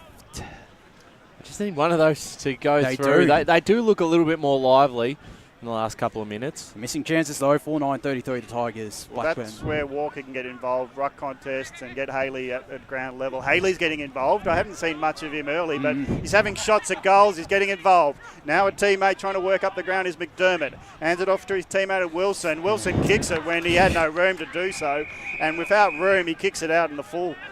he probably didn't have an option inside that he thought was going to be safe. Well, outside's out on the full, and that's where it's finished. So the kick now for the Burners. From half back to half forward they go. Right in front of us. The big pack forms. At ground level, Blackburn have dominated in recent times, but it's close to line and out of bounds.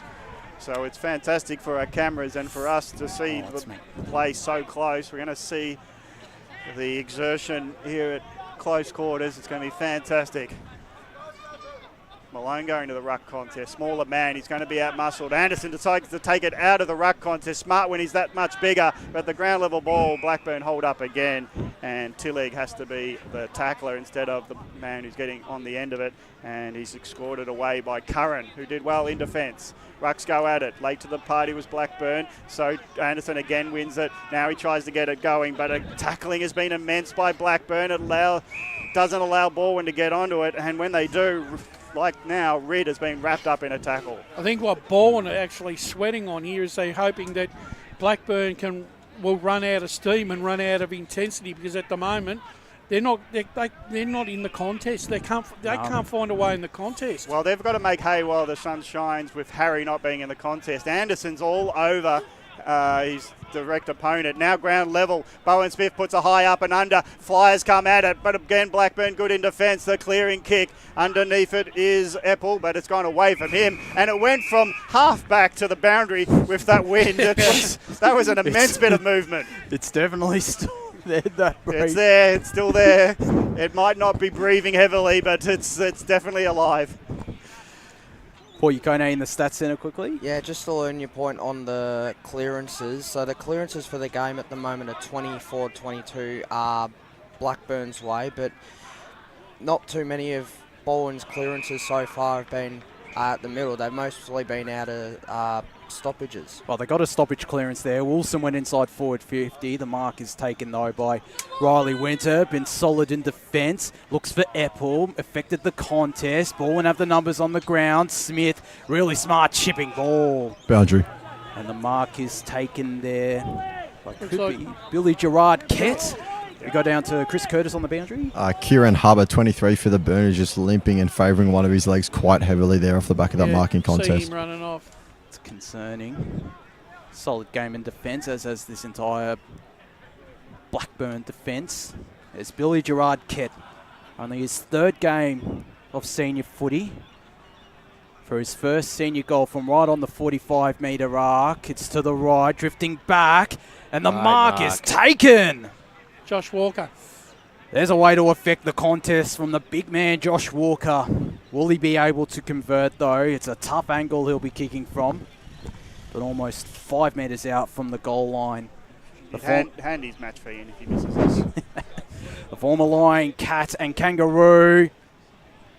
I think he has gotten it through. That's a goal. He has.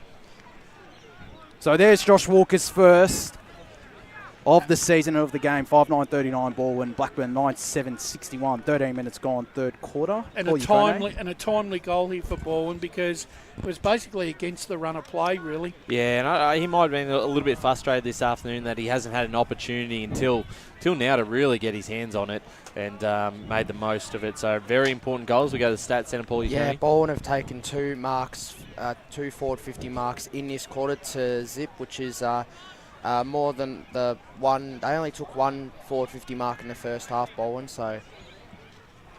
Now it's a smaller ruck of Tillig for Balwyn, noticing that they've still got Malone in the ruck.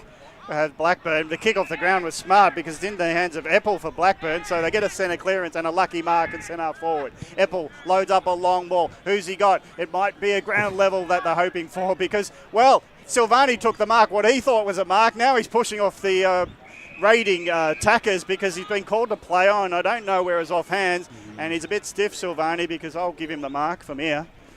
It didn't look like it was touch, Gav. No, well, he was called to play on. It's out of bounds in the pocket, so more defending for the Tigers to do. Rucks go at it. Ground level, big punch from the relieving Tillig, who's now in the ruck. Ground level, it's Carmody. He gets out of trouble, gets it in the middle, and in the corridor, Apple picks it up, hands it off to a teammate. Rush kick into the forward line. Who have the Burners got? But at ground level, they can't get it. Numbers of yellow, and now it's in the hands of Slimming. Slimming's got some good play, steadies it up in the back pocket, sharing it out, and now they'll go through the corridor. The lever was on the end of it. He runs on to Schreiber, runs on to the hand pass, and now the ball gets to Haley, and he dives in. He was pushed into the mark. It didn't matter because he's so athletic and agile that he takes the mark near ground level, and officially I think he gets a free kick, but it was a mark anyway to Haley. That was Schreiber through the midfield again, had a really important tackle down in the back line to save a goal, and then he's run through the middle. He's been really impressive for the Tigers. Yeah, I think he's their best. I think he's their best. Yeah, I agree. I think he hasn't really put a foot wrong, really. So it's 9-7-61 Blackburn. They need another goal here, Balwyn. Well, they're kicking to the Central Road end. It's the scoring end. And if they can get another goal on, they'll close it to 16. It's into the hands of the normal trusty Haley. He's normally trusted, but he misses now to the left. And it's another minor score. Balwyn missing opportunities this term of 5-10-40, trailing Blackburn 9-7-60. Balwyn's scorecard in this quarter is 1-4. They've missed some opportunities of the Tigers. 16 minutes gone on the Bedigo Bank scoreboard as Philatides again to kick in. Hicks will fly, but the mark taken there by Cooper Trembath. He's been serviceable, Trembath. He has been in defence as he goes down the line. His mark nearly taken there by Malone. It'll be balled up right in front of us. We're going to get great service right here as we go to Paul Yukone. Yeah, Balwyn leading the tackles in this third quarter 10-4. Starting to bring the heat are the Tigers as Bujaya went up in ruck and got a tap down. It's Answorth who'll get this clearance, looking for Hicks, looking again for Bujaya who could have been taken high. It's instead going to be Will Oglethorpe who gets the high free kick. Had a decent game on a wing as Oglethorpe. He lent his shoulder into that tackle, perfect. He did really well as he goes inside forward 50, looking forward. Plenty of players in this contest, though, including Ben Silvani, who just bustles his way through, chucks it on the boot. Oglethorpe couldn't take the mark at the right up forward flank. Blackburn looked to re-enter forward 50 through Jacob Epple, goes to the hot spot. Woods there, the spoil from Balwyn on the ground. Will be go through? It does! Macadorian picking up the crumbs. He gets his third. Blackburn get their 10th, 10-7-67 the Burners. The Balwyn 5-10-40, 17 minutes gone. That's a poor spoil. Kane Turner, that's a poor spoil. That's inexplicable for a player of his experience. Punching it back into the centre corridor when there's a mob of Blackburn players. Yeah. I don't think he realised that he was the only one actually flying for the contest. There was a Blackburn player in front but didn't actually really go for it, so it was actually quite an easy mark. But Stoddard was nearly on the end of it, but he got tackled as he hoped to get on the end of it. But Dorian, third goal on the board, and it's a great one for Blackburn. Going to the non-scoring end so far in this game. They've added their second for the quarter. It was such a momentum killer too, Gav, when they just looked like they were just starting to get back on top. It's got similarities of last Sunday's game, doesn't it? It does, yeah. 27-point advantage. Here goes another centre clearance on the second attempt. They try to get out of the yellow tackles, but trying to work his way was Bajaya, but he, with the bandaged head, has now got another injury to consider. I think he's stretching the calves or hammies. Already. It's a hot day, and all that running is going to get to your legs eventually. It's come early for Bajaya. Harry's tap was shark by Schreiber. He's been good. Now the ball, though, and the bounce has been cut off by Curran. He leaves it behind. He's trying to hope his teammate in Winter will help him out. Now Balwyn get onto it. Anderson gets a quick kick going forward. Urban, it's only 5 metres. You've got to play on. Got hammered by a tackle. Now Blackburn on defence, outnumbered, but if they can get a hold of it, they're off, and they will get on the end of it. Now running onto it is Philatides. From half back to half forward, suddenly go Blackburn, but in the back position, conceded free kick. And Pollux is the only one for Balwyn to stave off Blackburn there. His kick across ground might set up beautifully with Slimming. Running, he's trying to run around the second tackler. He hand passes in front of himself. The umpire says it's not holding the man after he got rid of it. So the turnover kick goes the way of Blackburn. 1 onto 2. Now the mark in the pocket will be taken by Carmody, and it came from Malone as the turnover ball by Slimming taken on the tackler. There's going to be now a shot on goal for Blackburn. If he kicks this is the Tobin Brothers goal of the day. This is a very tough shot out here at Morton Park. Boundary. Well, it sounds like I'm blaming Slimming for taking on too much, but he really didn't have many options once the kick went his way. He was forced to play on with the kick forward, and then he just ran into a wall, and it's now finishing with Carmody. 45 metres out, boundary side. This could be goal of the day just by degrees of difficulty. If it's diving, this will go for gold if he gets this. Carmody from the pocket, from the boundary line, right foot hooks it all and misses all. It's still a marking contest and conceded out of bounds, so it's a boundary throw, and let's go across ground to Chris Curtis for a boundary comment. Yep, Kieran Harbour just got quite a bit of work done of that right knee and is now back on the field. So it's Balwyn deep in defence trying to hold off Anderson against the smaller player Malone. Ground level, won the tap down to Markowski. Markowski needs help. Urban got underneath it, so it's Blackburn have got it. Shot at goal, flying around the corner. Last line mark taken by Balwyn, and they've got all the defenders. And a short pass finds Young. I think it was Pollux who took that intercept mark as he does get it to Young, the former Kangaroo and Bulldog at the AFL level. This game littered with ex-AFL talents across both Balwyn and Blackburn, as Balwyn managed to work it out to the far side. The mark taken by Will Lamott, one of their rising stars down the line. A great kick to Aaron Britton. Come back to Balwyn after spending a season back up in Shepparton. Inside 50 he goes, or just short of it. Finds Alex Urban at the right half forward flank. Will just look to settle it down a little bit. Urban goes inside forward 50. The diving mark taken. And it is the big man, Josh Walker. If he does kick this is going to be the Tobin Brothers goal of the day, because it is a very tight angle and boundary. They need a couple of goals in red time here, Balwyn, to stay in the contest, I feel. He's going the check side here from about 40 metres out to the right, and a minor score. Gather rounds captured you, check side. It's called a banana in Victoria. Or as BWS calls them, a boo-na-na. We go down voucher side to Chris Curtis. Yeah, Hubber actually just after going off. Hubber just came off in case I cut out there, so we'll keep an eye on him. Might go to the doctors at 3/4 time, see what they say. Thanks, Chris. Yeah, we might need his mic to go to the doctor. Getting cut out there a little bit, but getting... Nothing that the magic spray won't fix. Yes. So it's a stop and play just because the ball's only just got into the fullback's hands. Long kick out. Blackburn, nice mark, standing underneath it was Winter. Geez, Very had a good tall. game, this bloke, at centre-half back. And now he's doing the stretch. So he gets up gingerly. He's got to do the calf stretch from ground level and from standing up. So I don't reckon he'll want to kick this. He'll want the hands. He does hand it off. But there's a heap of pressure on the kicker. It's a smothered ball that will finish in Schreiber's hands. So comedy of errors. And now it's a free kick of an error in the tackle by Schreiber, throwing it away. So Blackburn lucky to get out of trouble because the cramp nearly turned into a turnover. So kick. Now is another cramp on Bajaya. He's feeling for his right calf. There's 3 players on screen at the moment who are I struggling. just wonder if Balwyn can get some energy. Last quarter, they've got to get close because if there's cramp going around the ground, but the hand pass is a flying hand pass by Oglethorpe, gets it towards his teammate in Carmody, but in defence it's Balwyn first to the ball, getting the free kick in defence, and whistles going many times. It's in the hands of Turner. Turner's short pass finds Young. Young looking at Turner to get a hand pass receive. He runs on, gets an over-the-top kick to his teammate. And now Balwyn through their teammates going along the outer side or the pavilion side. This time they can't connect with a mark and it'll be out of bounds. Wasted kick there by Silvani. Had to do better with that kick because he was really under no pressure then. Yeah, that's it. So as soon as they get run though, Balwyn, they're just seeing a wall of players in front of them. And they just can't connect all the way to the forward line. Taking on the tacklers now, trying to get it going was Markowski. Eventually they get out of trouble, but the wall of defence is set up nicely again for Blackburn. Tackle applied by Markowski was too fierce in that it was over the shoulder apparently, or no, that's just a quick whistle. Ball up. He's had a great game, Isaiah Markowski. Probably been Balwyn's second best player as here goes Charlie Haley. And A free kick. It must have been a shepherding because he was running into. Did he kick it anyway? No, obviously it doesn't count. But well, he wasn't celebrating like he kicked it.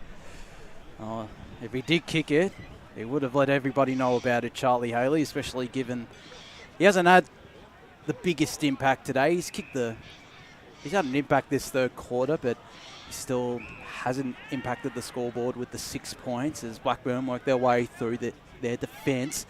Go to the far side wing. No mark could be taken. Did really well there, though, by Billy Hicks to affect the contest, and we're going to have a boundary throw-in. And that's a problem, Josh, when you're playing forward pocket. It's either feast or famine. Pretty much.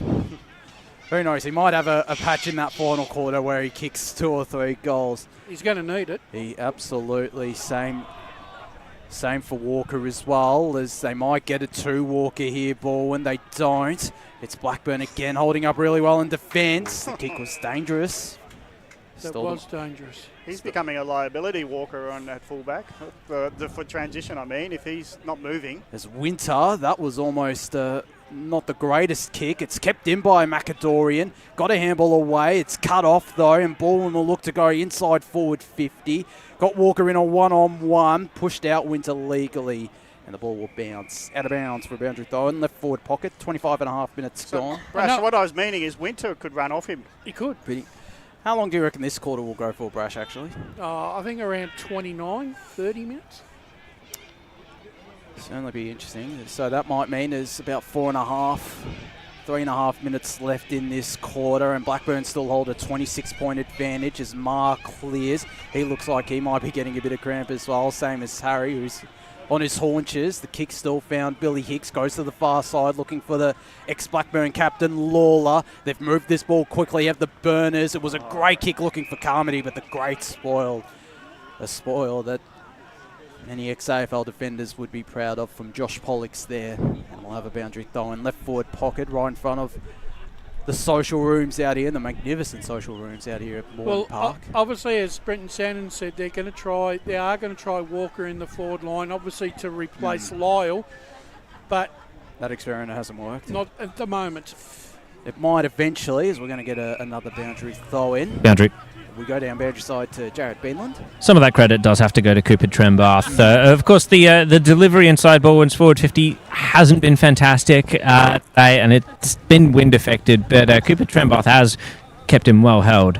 As Anderson got the tap down, it's still in Blackburn clearance, though. They work it out through hands. Dorian was part of that to Carmody. A great centering ball. And Kate Answorth, he would enjoy this if he kicked it. The now Blackburn captain. Gav, it's like you said at the start of the game. No, don't go in your shell. You just got to keep running. Don't worry about whether you run out of legs. Try and set the game up early, and this is exactly what Blackburn have done. They could ice the game on this with this kick. And it'll be after the three-quarter time siren from the Blackburn captain. Answorth comes in straight through the middle. So that's a great goal. That is a brilliant goal from the new Blackburn captain, and look at them get around him. Terrific to see from Kate Answorth, and Blackburn headed to three-quarter time with a 32-point advantage, 11-7-73 to Balwyn, 5-11-41. A very interesting quarter, a very even quarter, but Blackburn, they'll feel like they're one step closer to causing what would be a bit of an upset out here at Moreton Park on their home deck. Answorth, another goal kicker for the Burners. Macadorian with 3. Daniel Wood with 3 singles. Jacob Epple, Lachlan Bajaya, Charlie Oglethorpe and Liam Malone, his first goal in the red and black for Blackburn. Whilst for Balwyn, still all single goal kickers. Josh Walker on the scoreboard now alongside Jamie Kempson, Jack Tillich, Stephen Slimming and Isaiah Markowski. We're going to go to a break here on the Eastland Match of the Round. When we return, we'll have hopefully Brenton Sanderson and bring you the final quarter of action out here in the Good Friday special of the Eastland Match of the Round between Blackburn and Balwyn. As Sarah opened her best friend Jackie's wedding invitation, she was overcome with a wave of emotion. While her 2 young boys wrestled on the floor, tears of happiness rolled down Sarah's cheeks as she saw the words she'd been longing to see. Please note, this wedding will be a child-free event. Well, Sarah, looks like we're off to Eastland for a new frock and some heels. Let's book in that babysitter. For all of life's little moments, there's Eastland. Eastland. Live real. At Yarra Valley Water, we know reducing your shower time, or show time, to 4 minutes can save you an average of $200 a year on water and energy bills. Shower shorter. Save water. Authorised by the Victorian Government, 1 Treasury Place, Melbourne. Sprained your ankle bursting through the banner? Broke a finger high-fiving the ruckman? Or did you run into the goal post again? For bumps, breaks or bleeds, be seen sooner close to home at Knox Private 24/7 Emergency Department. The preferred provider of emergency care to the Eastern Football Netball League, you'll generally experience shorter wait times. You don't need private health, but there is an out-of-pocket fee. Be seen sooner close to home at Knox Private 24/7 Emergency Department, 262 Mountain Highway, Wantirna. Do you feel good about your bank? Because there is a bank you can feel good about. They share their profits to fund big community projects, small community clubs, and vital emergency services. They've given $250 million to help Australian communities thrive. They have all the products and tech you expect from a big bank, with service you don't. It's Bendigo Bank. Feel good about who you bank with. Try Bendigo. Search bendigobank.com.au or search Bendigo Bank near me. The first time I met the team at Tobin Brothers Funerals, I felt like I'd known them for years. They're so caring, honest and passionate. James McLeod, Managing Director of Tobin Brothers Funerals, sums it up best when he says, Every day our people get out of bed to assist client families in their absolute time of need. Our people love what they do, and you will not find a more highly trained group of people than those at Tobin Brothers. Visit tobinbrothers.com.au. Tobin Brothers Funerals, celebrating lives. Hi, I'm Ben Desson from Montrose Football Netball Club, and when I need a new kit for a night out, I head over to Eastland. But Eastland is more than a shopping centre. They support a range of community organisations and have been major partners of the Eastern Football Netball League since 2018. Thanks, Eastland. You are listening to Radio Eastern FM 98.1. With live and exclusive coverage of the EFNL football season, bringing you the match of the day with score updates from all divisions. And now we cross to our commentary team for the Radio Eastern 98.1 Match of the Day coverage. Welcome back to Moreton Park for the Eastland Match of the Round. Blackburn leading 11-7-73 to Balwyn 5-11-41 as we head into the final quarter of action in this Good Friday special out here in the Eastland Match of the Round. Premier Division footy at its best. Josh Wardell alongside Gavin Casey, Ryan Long, Wayne Brasher, Paul Yacone and Chris Curtis and Jared Beanland on the boundary. Hopefully we'll get Brendan Sanderson for an interview. It'll be interesting to see what he has to say, or hear what he has to say about Balwyn's performance so far. But Gav, I'll go to you first. Blackburn, they weathered the storm a little bit from Balwyn, who started in the middle of that third quarter, started to get on top, but they deserve this advantage heading into the final break, don't they? Yeah, since the halfway through the second term, they've got their forward impetus is turning into shots at goal, and to win that last quarter to the non-scoring end, they kicked 3-1 to 1-5. Boundary. So there's a tail of tape in missed opportunities for Balwyn, and as we go boundary side for three-quarter time boundary. Thanks, Gav. I've got Brenton Sanderson, Balwyn coach here. What was the message at three-quarter time, Brenton? We've just got to play with some dare now. Like I think we're 5 goals down going into the win, so it's going to be tough. But we've just got to look for opportunities to score, take the game on, and create turnovers from our great defence. Any movements of the Magnets? Oh, so many today. They're all over the place at the moment. We're trying to just get some sort of change. We got beaten in the midfield today. Our forwards have really struggled, and our backs have been badly beaten. So that's the challenge now, is playing with a little bit of pride and looking for opportunities to score where we can. You're wanting some endeavour. What do they can give that? What do they need to do when they got ball in hand? I would take some risks, get some overlap run, look for opportunities to come through the corridor. But yeah, we can't die wondering here. We've got to keep taking the game on. Thanks, Brett. Good luck. Well, he's right there. They do have to take the game on. Yeah. But down on the other hand, the other side are actually playing like winners, and at the moment, and the fact that, look, they've got to do it against the breeze, especially in the fact that the Balwyn midfield hasn't fired all afternoon. It's hard to see how, to find run now, right in the last quarter after running hard in the first 3 quarters, and you're 5 goals down. You got to be a good group, even though it's round 1.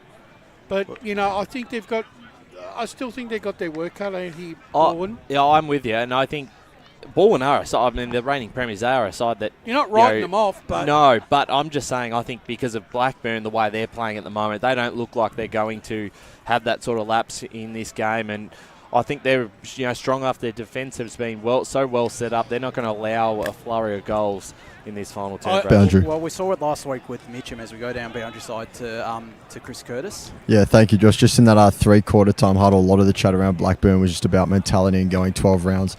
One marker that was moved on the whiteboard was Philactides starting on the wing, just like he did in the second quarter.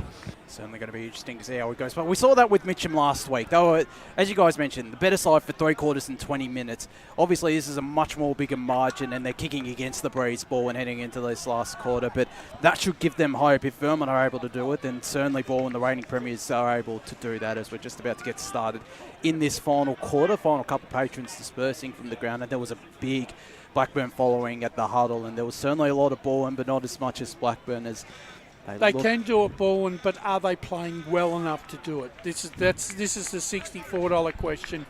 They've got to make up 32 points for starters before they even look like that they're going to win the game. Who's their fire starter? That's right. We're about to find out. Gav Casey to get us underway in this last quarter. Anderson in the ruck for Balwyn versus Harry, who was dominant before he had a breather. And he won the tap at a ground level. It's a scrap for the ball. Bowen Smith, what a champion he is. He eventually finishes out with Wilson on the wing. Quick inside 50. Walker doesn't take it, knocks it on inside 50. You want to get his hands on it more. So it's out of the defence now with Stoddard going wide with the hand pass. A lot of yellow around if this hand pass doesn't get out of congestion. Turnover ball. Levers there. Round it. Tries to get a hand pass off to the runner. Now can't get out of pressure, can Balwyn, the ball inside 50 and in the corridor. Finally it goes, been chopped off by Philatides. He's gone long, hoping for Bajaya. He takes the mark on the chest in the end. The opponent doesn't get to him before the ball gets to Bajaya. He looks for options, got a short pass up to the leading option, Malone, chopped off in the end by McDermott. He's got some support. Hand pass over the runner in Rid. Rid's got time to look at a pass and he finds his teammate at half forward. Nice play along the boundary line for Balwyn. Another short on. Walker gets on to the end of the kick of Tillig. Walker's got another short. It's a bit proppy, but it does find the leading option, and it's good mark taken by Haley. So Haley, this is the fire starter normally for Balwyn. He hasn't got on the goal sheet yet, but from the boundary line, this is the big moment. The champ normally gets to a level. Haley from 45, the most acute angle he can have at this ground. He drifts right, then he puts it towards the goals, hooking, and is short, and the big mark in defence. Blackburn have been great in defence again, and it's that defence holding up. This time it's in the hands of Trembuff. Great play there from one of the young stars of this Blackburn lineup. Certainly held his own and done really well on Josh Walker as this ball worked up to the right half-back flank. Well, there was mark of the day. He clearly is winning it at the moment. Is there a mark of the week still? Ringwood Master mark of the week, Ryan? No, not at this stage.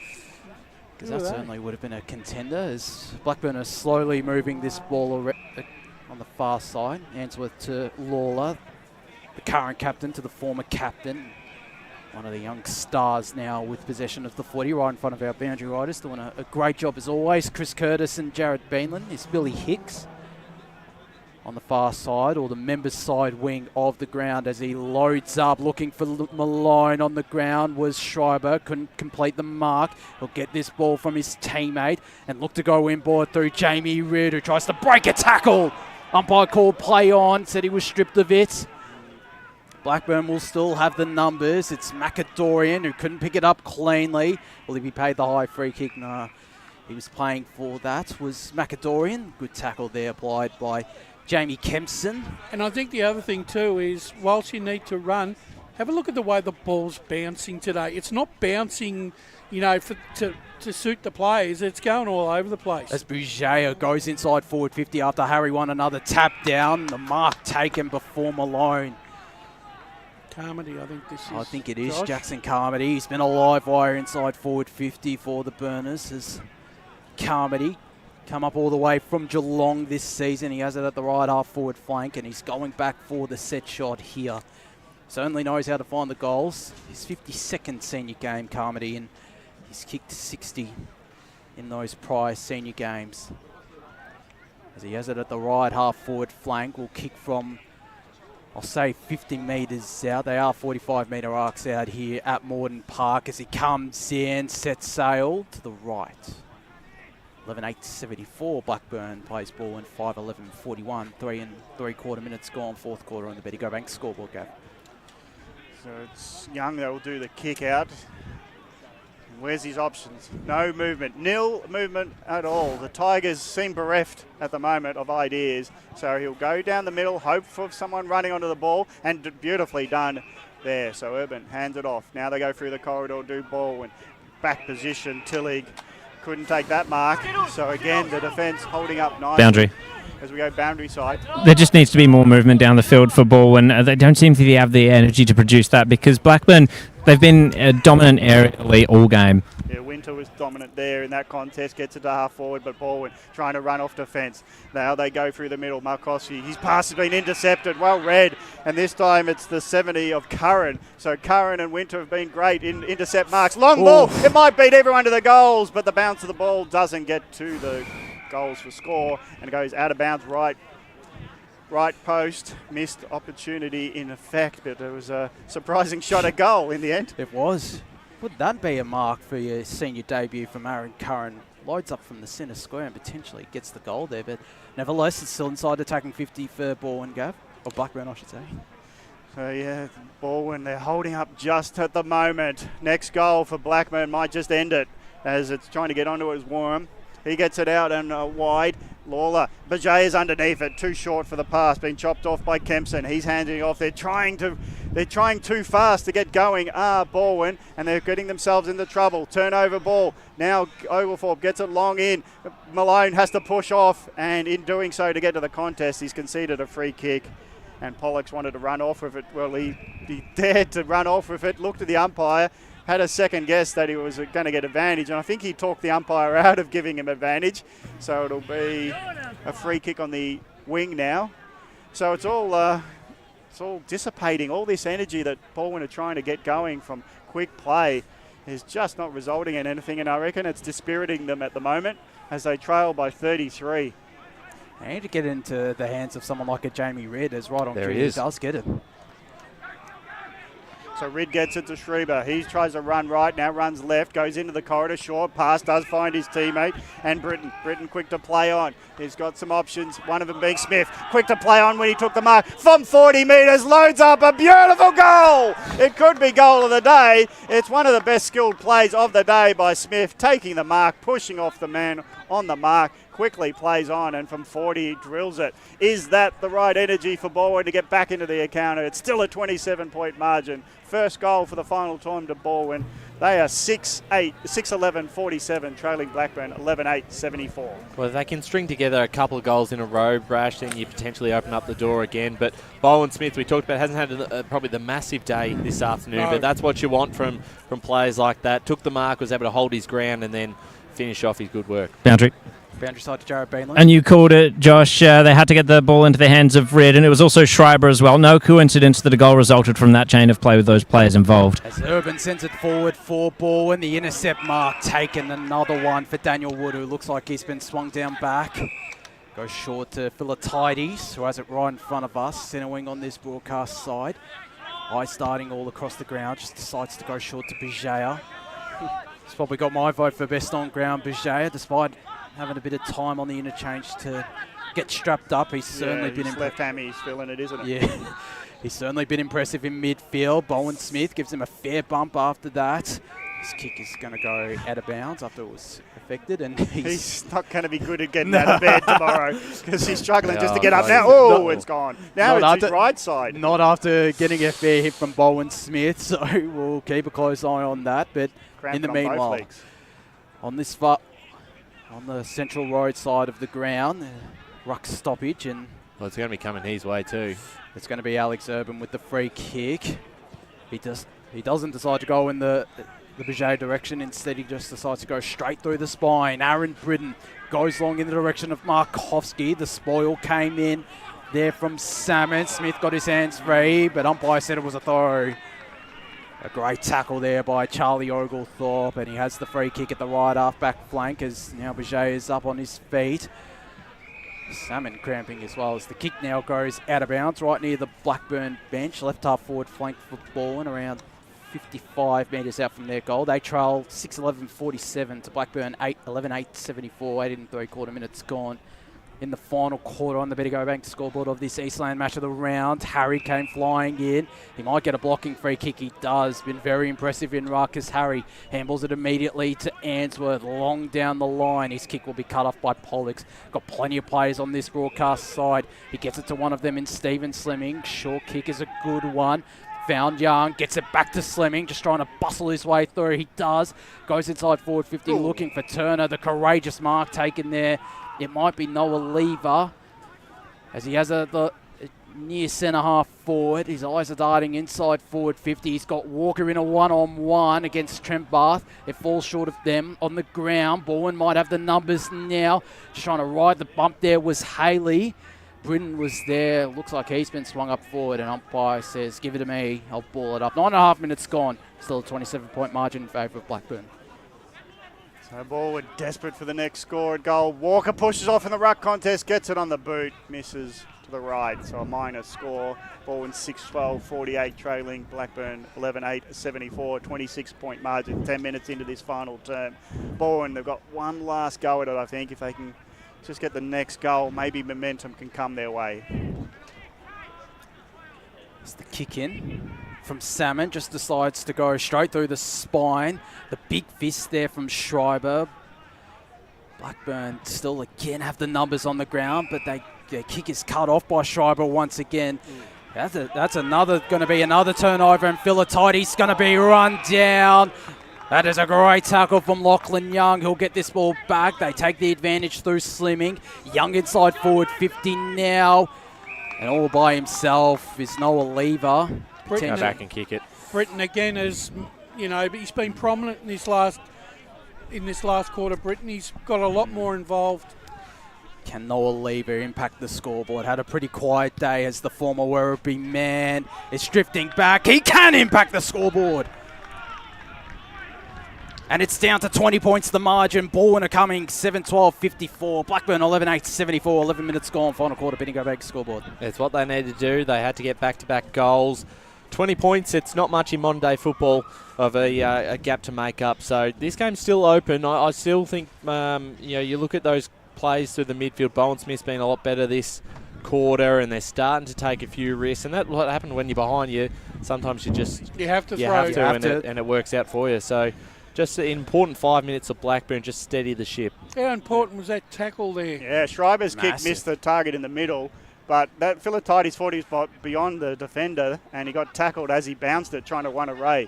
So big tackle, turnover. There's Lockie Young, the hero of that tackle. Gets a long ball from centre-half back. Walker hasn't got into it much, so he just gets beaten by the bounce of the ball. He's got some help, though, from Lever. Lever, long ball in, and no two grabs at it, but it falls the way of Urban. Quick kick around the corner. Sorry, that is by Lamont. And it's just dropped short. And now Walker couldn't get on the end of it. They're still under pressure. Blackburn. Was that tackle over the shoulder? Says the umpire says yes. And this time it's in the hands of Urban, who have a shot at goal from 30 metres out. And they're under a bit of pressure now, Blackburn, because when the score goes on the board, you start feeling it. Yep. Jeez, how about that bounce, though? Yeah. I was going to say it's almost a Shane Warne wrong, isn't it? So Lamont's kick didn't make the distance, but it was still in the dangerous area, and it's now Urban taking the free kick for over the shoulder. Let's get a stat before the kick. Yeah, Balwyn are right on top of clearances in this last quarter, 6-2 their way. So this is a big kick. 20-point margin, 12.5 minutes gone, final term. It's been the non-scoring end, but if Urban can get Balwyn's third for the term, they might be back in the contest. But you can hear from the gasps from their supporters that it didn't even get the distance. So that just shows there's still some wind to affect each kick. Kick across ground. Well, it only got sideways, but Winter still got it safely in his grasp. And 25. So late to the party was Urban, and he's gone encroaching on the mark. Maybe he should have never been on the mark when he came so late. So the kick from Winter goes down the line. Drop mark. Oh, that's a big contest right in front of us. And that is one of the heaviest tackles you'll feel. I felt it. And Tillig is now mouthing off to Philatides. He got a free kick in the end. Well, he deserved it for impact, I reckon. That was a car crash. and Tillich might be one of those semi-trailers. And then now it's the kick down the ground marked by in defence by Pollux. He's certainly feeling it there, is Nathan Philatides, as Balwyn look to go through the middle. Lever step it up in this final quarter. Goes to Lockie Young. Broadcast side, he goes to Bowen Smith, who goes the dangerous 45-degree kick. It'll pay off. Farron Britton, again, he's starting to get into the contest, playing up forward, inside 50, looking in the Tillich direction. It's the spoil from Riley Winter, almost been a brick wall in defence. Salmon's there to mop up, got it out to the far side, or the members' side out here at Morton Park, back pocket, in the hands of Ben Horsnell. Has it right in front of the grandstand. Goes along down the line, looking in the Hicks direction. It's Silvani coming in from behind, taking the intercept mark. Been thrown into defence. That's the son of the Carlton great Stephen Silvani. Goes inside forward 50 in the Walker direction. It might bounce its way through. It doesn't. It'll be just a minor score. Boundary. 7:13:55. Balwyn plays 11:8:74. Blackburn. 4.5 minutes gone, final quarter. We go down boundary side. Yeah, Blackburn becoming a little less considered with the going forward. I think that's giving Balwyn a bit more of a chance in the air. They find it very hard to clear the area. Got under it was Kempson. He couldn't get a hand pass out to a wide runner, so they'll have to be the tacklers. Now the kick goes forward, not looking until now. Was Carmody. He'll run onto it with only the goals in front of him, but the defence get onto him quickly. He still gets his hands on it. He bursts away from two, and he hooks it around for the sealer! Carmody, he had all to do. The ball got behind the defence. He ran onto it, took his time to get onto it because the ball bounced above his head. But when he did, he danced around the defence and he kicked the goal, which might have just ended it. Yeah, Tobin Brothers' goal of the day, contender. Absolutely. Just did enough to get a hand to it to be able to maintain possession against two defenders, and the snap was brilliant. Yeah, that's a really good, that's a classy goal. And the wind had its effect again because it shouldn't have got out the back, but I reckon the wind gave it an extra 5 metres for trajectory. First goal as well in Blackburn colours for Jackson Carmody. 12:8:80 the Burners to Balwyn 7:13:55. They're looking well and truly on track for that just deflates the sails of Balwyn. Certainly does. Will Blackburn be able to build a bit more of a buffer as Harry went up alone, looking in the Lawler direction? It might fall for Dorian. Instead, it's Wilson. Lawler read his handball. He gave away the free kick, though. I almost feel like that Balwyn have conceded the ruck. Oh, the 100%. Lachlan Harry, he's been very dominant against a really good ruck in Chevy Anderson. As the kick goes short to Alex Urban. Boundary. Go down boundary side shortly as Urban's kick finds Caden Schreiber. Goes back on his mark. It's a bit of a slow build up here for Balwyn. Eventually gets into the hands of Jamie Reid, who danced his way past one. Goes inside forward 50, and the intercept mark taken there once again by Cooper Trembath as he goes to the far side right up back flank. And the mark taken by his captain and Kate Answorth. We might go down boundary side to Jared Beanland now. Yeah, Patrick Lawler's in the hands of the trainers. Looks like he's limping off. I'll update you shortly. It's there to Jared Beanland, but you can understand him limping and cramping at this stage. Been a lot of that today. Certainly has been. Certainly been no short. Well, there's been not a whole lot of cramp in this final quarter, it must be said, compared to the third quarter for Blackburn. As Wilson's kick was smothered, he still manages to pick it up and go inside 50. Walker's all by himself.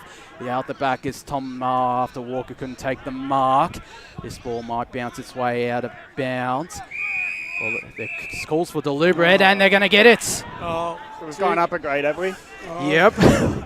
I don't know. That is one of the first times in a long time we've seen the deliberate call, and it's Bowen Smith will take this free kick, go short to Caden Schreiber. To be fair, he was just clearing defence with he the kick, was. and the boundary happened to be there in the end. Schreiber's been a champ all day. Now he's kicked marked by Urban. Good arms extended. Gets it to Reid on the run. Now he can't get to Haley. Haley has to prop. Go back with the flight. Try to take the mark. Choke on the tackling duties. And it's not a ball for Balwyn in the end. Blackburn have been immense in defence. Ainsworth chops off the kick that was a bit wobbly. Gets his hands on it. Hand passes it forward. And Winter, Lamotte for Balwyn was stopped in his tracks. So Boundary. they just can't connect. Can Balwyn going forward? We'll go to Chris Curtis for a boundary comment. I just want to say I'd hate to know how many kilometres these physios are racking up just running pickle juice out to everyone because there's people going down left, right and centre. Physios are going to cramp up soon. Stoddard got a kick. out wide, and it's another one where they just escape the inner circle of the stoppage with Stoddard and Philatides all day. Long kick inside 50, all yellow, but it gets out the back where it'll be raffled in, and now, well, that's a missed golden opportunity for Blackburn, just because it fell to the tall forward and Wood. He handed it off, missed shot when the goals were at his mercy, so that was a miss by Oglethorpe. But I don't reckon it's going to count against them for Blackburn. 12-9-81, leading by 26. Balwyn 7-13-55. We're 19 minutes into this last term. Look, just about home Blackburn, although you never know. Footy's a funny thing nowadays. We've seen... I'm happy to call it. Yeah. I'm still not going to call it. I was very worried earlier because I said Blackburn are home at the three-quarter time break, and then Balwyn kicked the first 2 goals, but Blackburn have managed to respond. There's nearly burrowed his way out of trouble there, did the Balwyn man. Umpire's still calling play on. He's going to call the ball up. It was Billy Gerard Kett who literally tried to burrow his way underneath Lachlan Harry. That's a way to go up against the tall man. It's going to be the clearance for Kempson. Got it out wide, and Balwyn will look to go forward here through Bowen Smith, who has it on the right half forward flank, right in front of us. Got plenty of leads inside forward 50. One of those is Jack Tillich. Umpire says play on. And he'll call for a ball up. Smith and Lever have been a lot better in this last quarter, giving them a bit of a spark. Maybe too little, too late, though, for the Tigers, as Harry won the tap down. Kempson tried to get a shot on goal, didn't. Slimming does get the shot on goal. Courageous effort there from Lever, but Blackburn still managed to do well to repel. Answorth looking for Bajaya down the line, drop the mark, still a tremendous effort. Will look to get the ground ball, tries to get a handball away, but it's going to be intercepted by Schreiber. Got it to Markovsky, faked the handball, but still gave it to Ridd. Running shot on goal. Brilliant from Jamie Ridd. That's a good goal there by Balwyn. That's a great goal by Jamie Ridd. That's their 8th. They're 8-13, the Tigers. 61 to Blackburn, 12-9-81. 20.5 minutes gone, final quarter. Into time on the Bendigo Bank scoreboard in the last. Set up by that beautiful piece of handball there by Schreiber. He's clearly been Balwyn's best player this afternoon. Agreed. And it's good that and you don't expect a reigning premier to just fall on the sword and die. They've certainly fought this one out. Yeah, and Markovsky's been good, and Ridd been one of the best. He's the one-off half-back that's tried his hardest, but boundary. They just haven't got that synchronicity today, but it will come for Balwyn. They're looking pretty good. The wind's played havoc, so the Rucks go at it again. Ground level ball by Wilson. This time he gets it into the middle. Now they're off and racing through Slimming. Slimming long down the line, but again the defence hold up. It's just the call of the tape, and Trembath taking another intercept mark, standing up tall. So really Blackburn's defence has been probably why they've been so good today. And going forward, they've capitalised on opportunities to be 12-9-81, leading Balwyn 8-13-61. We'll go to Jared Beanland on the boundary line. Balwyn have done exactly what Brenton Sanderson wanted from the three-quarter time. It just hasn't fallen their way. They've showed the endeavour. They showed that they still have the energy. However, Blackburn, it seemed like they've just been too good. Harry won the rock contest. Missed kick out of bounds, slightly forward of centre now for Blackburn, who lead 12-9-81 the Burners. The Balwyn 8-13-61. So pretty much the same scoring shots. Blackburn have just kicked a little bit straighter, as Harry will go up in this ruck contest and win another tap down, only in the direction of Smith. Got it to Markovsky, who starts to cramp after that kick. Not 15, says the umpire. On the ground there is Gerard Kett. And there's a tripping free kick going to go to one of the young guns of this Balwyn lineup. Just decides to go long, chuck it on the brew, looking in the Markovsky direction. Affected the contest. On the ground there was Charlie Oglethorpe. Umpire will call for it. Still in the centre, slightly forward of the centre circle for Balwyn. Right in front of us out here at Morton Park. The Tigers trail 8-13-61 to Blackburn 12-9-81. 22.5 minutes gone in this last quarter as this contest peters out to yet another stoppage. They've got to give Balwyn some credit in that they've tried their hardest, and they do win the ball. It's just this kick in forward line, Tillich, and again the numbers. Blackburn, Trembath, he's limping. He deserves to finish the game in glory, taking another intercepting mark. He's had a great quarter, Trembath. So they'll go outer side. On the wide they go. Dorian's there. He's got a short pass. Bajaya's covered a lot of ground, even with the cramping. He's got across the ground beautifully. Left, right, half back, half forward. Now he hands it back to Doreen, who's kicked a few goals. Underground hand passes to himself, I think. No one else get there, so he does take it. And it was a bit of Candy playing with himself there and eventually kicks it out in the full. Maybe that was part of his tricks. And it's out of bounds on the full. Blackburn 20 points lead. And Balwyn, they don't have too much to counter at the moment. Long ball out of the fence, goes into the middle of the ground. No mark taken, and at ground level the umpire's quick to blow a whistle for ball up. There was that 15 minutes in the second quarter by Blackburn that sort of, was the deciding factor for this game this afternoon. Surrey got the double fister, ball pinballing around. Answorth ducked his head into the contest. And I reckon the heat is really now taking effect of this Yeah. game. There's some tired boys who just don't have that killer energy. I think you can understand that, given how hotly contested this game has been, as Stoddart's wrapped up by Balwyn Smith, and we'll have a ball up as the sun starts to set and bathe Morton Park in this Eastland match of the round. Again, another stoppage. Still 20 points the margin. There's a free kick, in fact, going to Gerard Kett. Handballs it immediately, and the Tigers go inside forward 50. The contest affected there by Lamont. Had a quiet day so far. Still got it to Bowen Smith, to his partner in crime, Alex Urban. The flying shot on goal. Mar will just shepherd it out of bounds for a boundary throw in right forward pocket.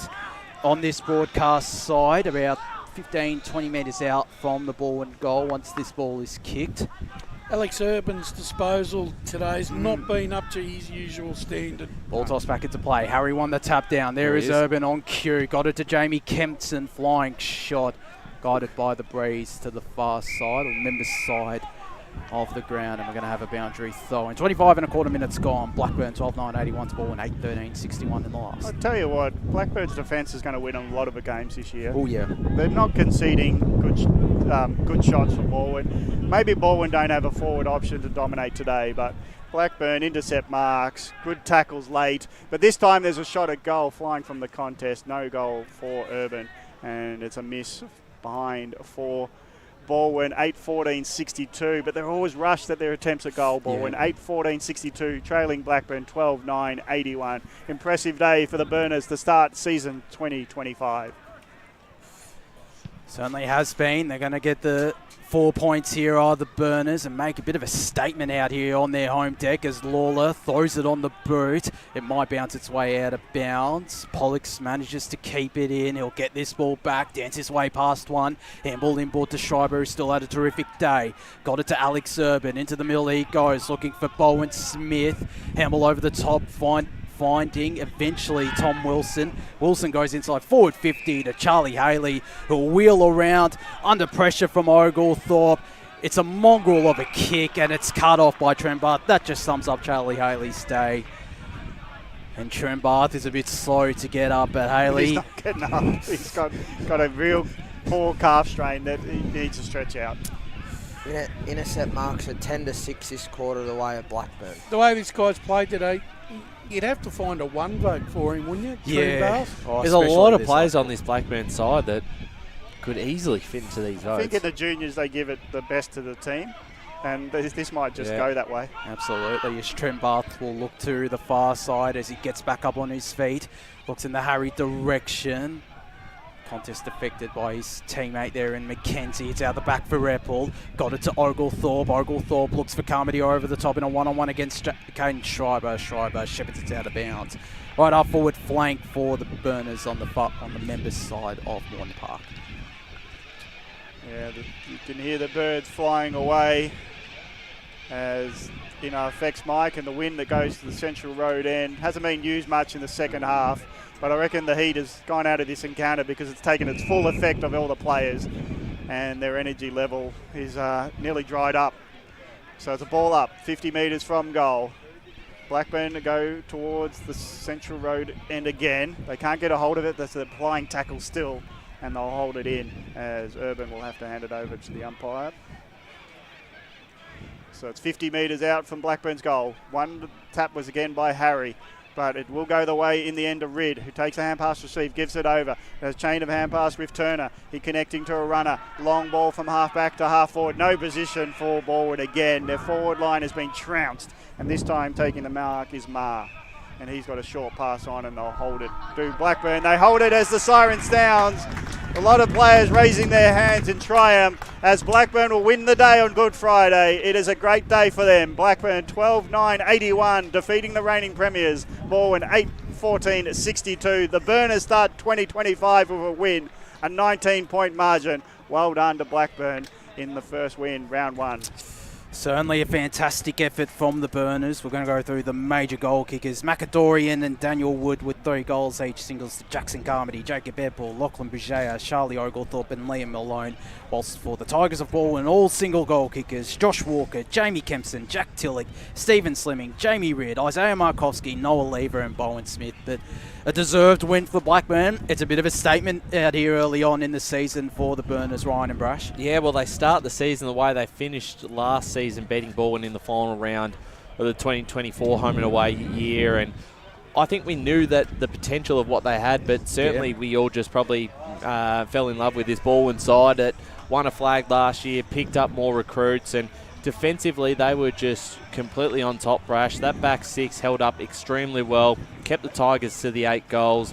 Guys like Trembarth down back, the amount of intercept marks they were able to produce, and then their run through the middle, particularly in that second quarter when they got on top of the game. They are certainly deserving winners, and potentially the margin even, probably could have been a little bit more. Could have been a lot more, but, let's not take anything away. Like I said, they set that game up with probably 15 minutes of football in the second quarter with the wind, 4 quick goals, but it was all that lead-up work before they, for 10 minutes Balwyn were pressing, but they couldn't put it on the scoreboard against the Breeze. But I thought the common factor throughout the afternoon was their back six. Blackburn rarely were they beaten, and what they also were able to do was they made sure that they pushed Balwyn to areas of the ground that just didn't allow them to get some really good scoring opportunities. We might cross down boundary side shortly. It looks like Jared Bainland and Chris Curtis have 2 of the stars of this wing for Blackburn. In defence and attack, Daniel Wood and Cooper Trembarth. Thank you very much for that, Josh. Daniel, how does it feel to be the reigning premiers of last year? Yeah, it's a great skull. We came into the game pretty confident after round 18 last year, but we wanted to send a message to the comp that we aren't just here to make up numbers. We're here to contend and contend hard. So it was very pleasing. It seems like you had a fairly solid game style that you wanted to stick to, and taking into consideration the wind as well, it seems like everything generally went to plan. Yeah, the wind wasn't something we accounted for, but when we got guys like Coop taking every intercept mark down the line, it makes it a lot easier. So we really pride ourselves on our defence, so that really came through for us today. Brilliant. And Cooper, if I could drag you away, sorry, mate. I mean, what a fourth quarter from yourself. It seemed like every time Balwyn got the ball forward, it ended up in your hands. How good was it, and how important was it for you to stand up along with the rest of your defence in that fourth quarter? Oh, mate, it feels amazing. Like the team as a whole, just like we stood up, and we know that it was going to be a real tough game coming in, but yeah, especially that fourth quarter, everyone stood up.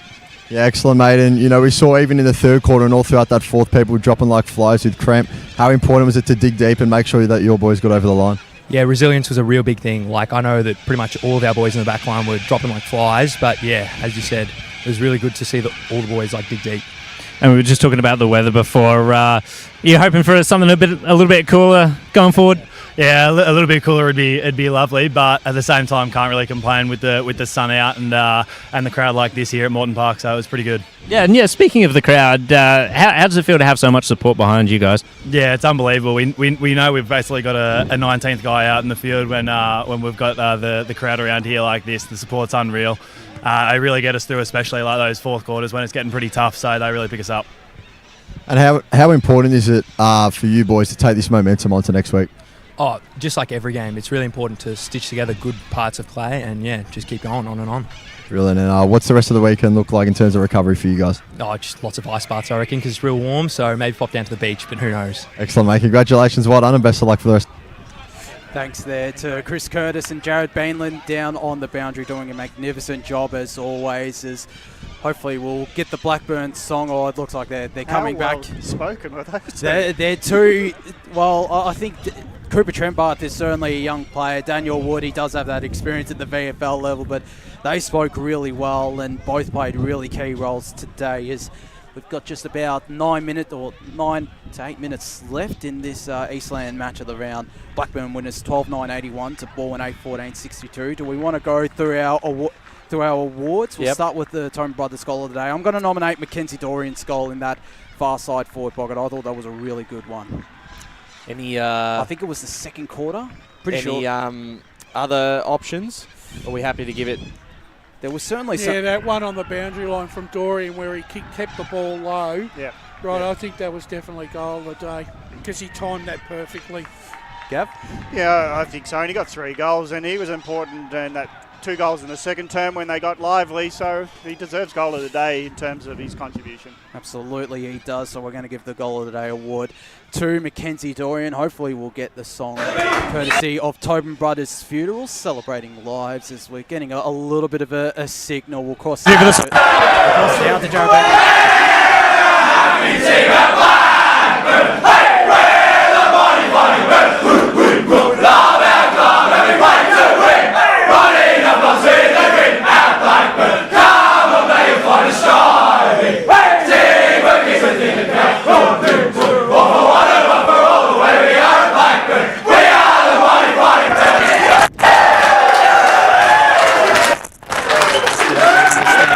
That song after getting the first round victory, Blackburn.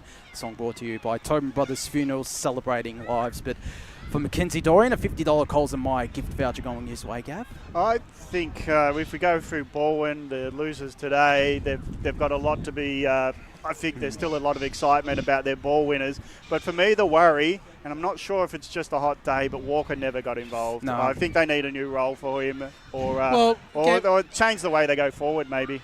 Well, the other, like Brendan Sanderson said, with Jordan Lyle retiring, they're actually hoping that Walker can play that role, but maybe Walker's not that.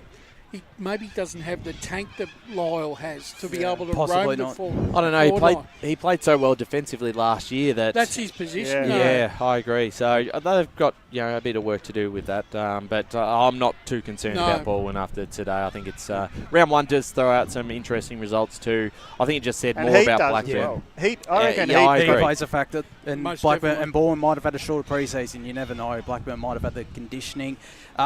Let's go through Eastland, yes, best on ground. Let's go through our 3, 2, 1. I've got to go to you first, Ryan. I'll give one to Schreiber. I thought for Balwyn, he was by far their best player. Certainly kept him in at stages. He's run off the half-back line. And there was a lot of Blackburn players here I've missed out for the 1 vote. But I've gone Schreiber with the 1. I've gone 2 to Bajaya. I thought, particularly when the game was there to be won early on, he was just massive around the contest. And I've gone 3 with the skipper, with Answorth. I just thought he was fantastic. And I've left out Trembath. I've left out a few others who I think are Dorian that could easily fit into the votes. But they were my 3, Brash. Yeah, look, I'm going to give 1 to Schreiber. I thought he was clearly Balwyn's best player for the afternoon. I'm going to give 2 votes to Lockie Bajaya, like you. I thought his contribution around the ground was exceptional. And my 3 votes, I agree with you. I've got to give it to the captain, Cades Answorth. I think he kicked a crucial goal when they needed to in that third quarter, but his run and carry through the midfield and off that half-back line he didn't really put a foot wrong for most of the afternoon. Jared Bainland, Chris Curtis on the boundary. Yeah, so I've actually gone for 1 for Nathan Phylactides. He played so well in that middle part of the game where the game was up for grabs. I've given 2 to Caden Schreiber. I think he was the main one for Balwyn, who really stood up and provided the energy. He was so solid in defence and so aggressive off the half-back line. And my 3 goes to Lachlan Bajaya. Chris? Yeah, I've actually gone a Blackburn clean sweep. So I've actually gone 3 to Trembath. I think, when you need to lock down the game and defend your home turf, that if you can have a guy there just collecting intercept marks, you'll be in very good stead. I've gone 2 to Wood. I think he kicked 3. in the first half, and then actually went back and did some defensive work before going back forward. So he was a very valuable asset for them. And then the 1-2 for Lactitas, obviously in that middle passage of the game, was just everywhere and was all around the footy. Fair call. Gavin Casey? Schreiber got my one vote because he was Balwyn's best, but they were clearly outplayed as a team, so he can't get more than that. I think the defence of Blackburn needs credit, and that's why 2 goes to Trembarth. He led the way there. And I think 3 to Bajaya. He was all energy all around the ground. I think he involved himself, and just when they needed to halve or win a contest, he was there involved. So I thought he was fantastic today, so I'm happy to give him the 3. Absolutely. Paul Yukone, I'll go to you. Yeah, I'll give 1 to Trembarth, 2 to Bajaya, and 3 to Answorth. So I think it's a Lachlan good Biget. spread. It's a good spread. Lachlan Biget is leading. I've gotten him for the 3 votes. Oh, Caden Schreiber for 2. And I've got 1 vote for Cooper Trembarth. So just doing the math. I think it's Bajaya who gets the Sportsco Eastland Best on Ground. Certainly been superb. $50 Sportsco Eastland Best on Ground voucher going his way, Ryan. Absolutely. So congratulations to him. Before we go, we've got someone about to depart. Yeah. The media team. Yeah, that's you, mate. I'm surprised I haven't been kicked out yet. Yeah, I thought your performance was really poor today. That we're just going to have to let you go. No, congratulations. We do have security. Yeah, we do have security to escort you out of the ground. But congratulations to you. You've picked up the role out at Northern Football Netball League. Yes. Which is massive for you and very well deserved. You're obviously a very valued member of the media team here, and I can pretty much speak for everyone that we're all going to miss you. I'm sure the Surrey Park boys are going to miss you as well. Spidey might have to take over, pumping them up. Yeah, someone will have to do that, but congratulations to you. I know we've got about a minute and a half left, but quickly, what's a couple of favourite moments since you've been here? Oh, I mean, the tangles and the scoops have certainly been my favourite moments, but probably my favourite moment was getting to call that grand final last year. That was to call the match-winning goal and the final siren. That was Surrey Park Donvale. That was one I will never forget. I'm glad that was the final Surrey Park game that I ever got to call, but there's certainly been some great moments. It's funny because the first game that I ever did for an Eastland Match of the Round was out here on Anzac Day, Blackburn and South Croydon, and I was on the boundary. I was a nervous wreck, and I was doing it with Fott down there, Matt Fodier down there, and it's great that I got the opportunity to call with you guys this final game, and I'm grateful every day for the experiences I've had with the EFNL media team. I'm going to miss being part of the Eastland Match of the Round, the podcast, pumping up Surrey Park as much as possible. But I'm looking forward to this new opportunity, and who knows, I might still put my head into on the odd occasion. But thank you so much, everyone, for making my time enjoyable. Congratulations, you've come a long way. We've got 30 seconds left. I'll let you close it out. Thank you, Ryan. Great job on special comments alongside Wayne Brasher as well. Thanks, and good luck to you, Josh. Thanks, Brash. Jared and Chris, great job on the boundary. Thanks, Josh, and all the best. Paul Yukone in the Stats Centre. Thank you, Josh. Good luck and all the best. Thank you. Matt Spider Lee, Gavin Casey doing a superb job. You'll smash it. Good luck to you, mate. Thank you so much. Lee and Megan Green always doing a superb job courtesy of LKLM Media. That does us out here at Morden Park for the Eastland Match of the Round. Blackburn winners 81-62.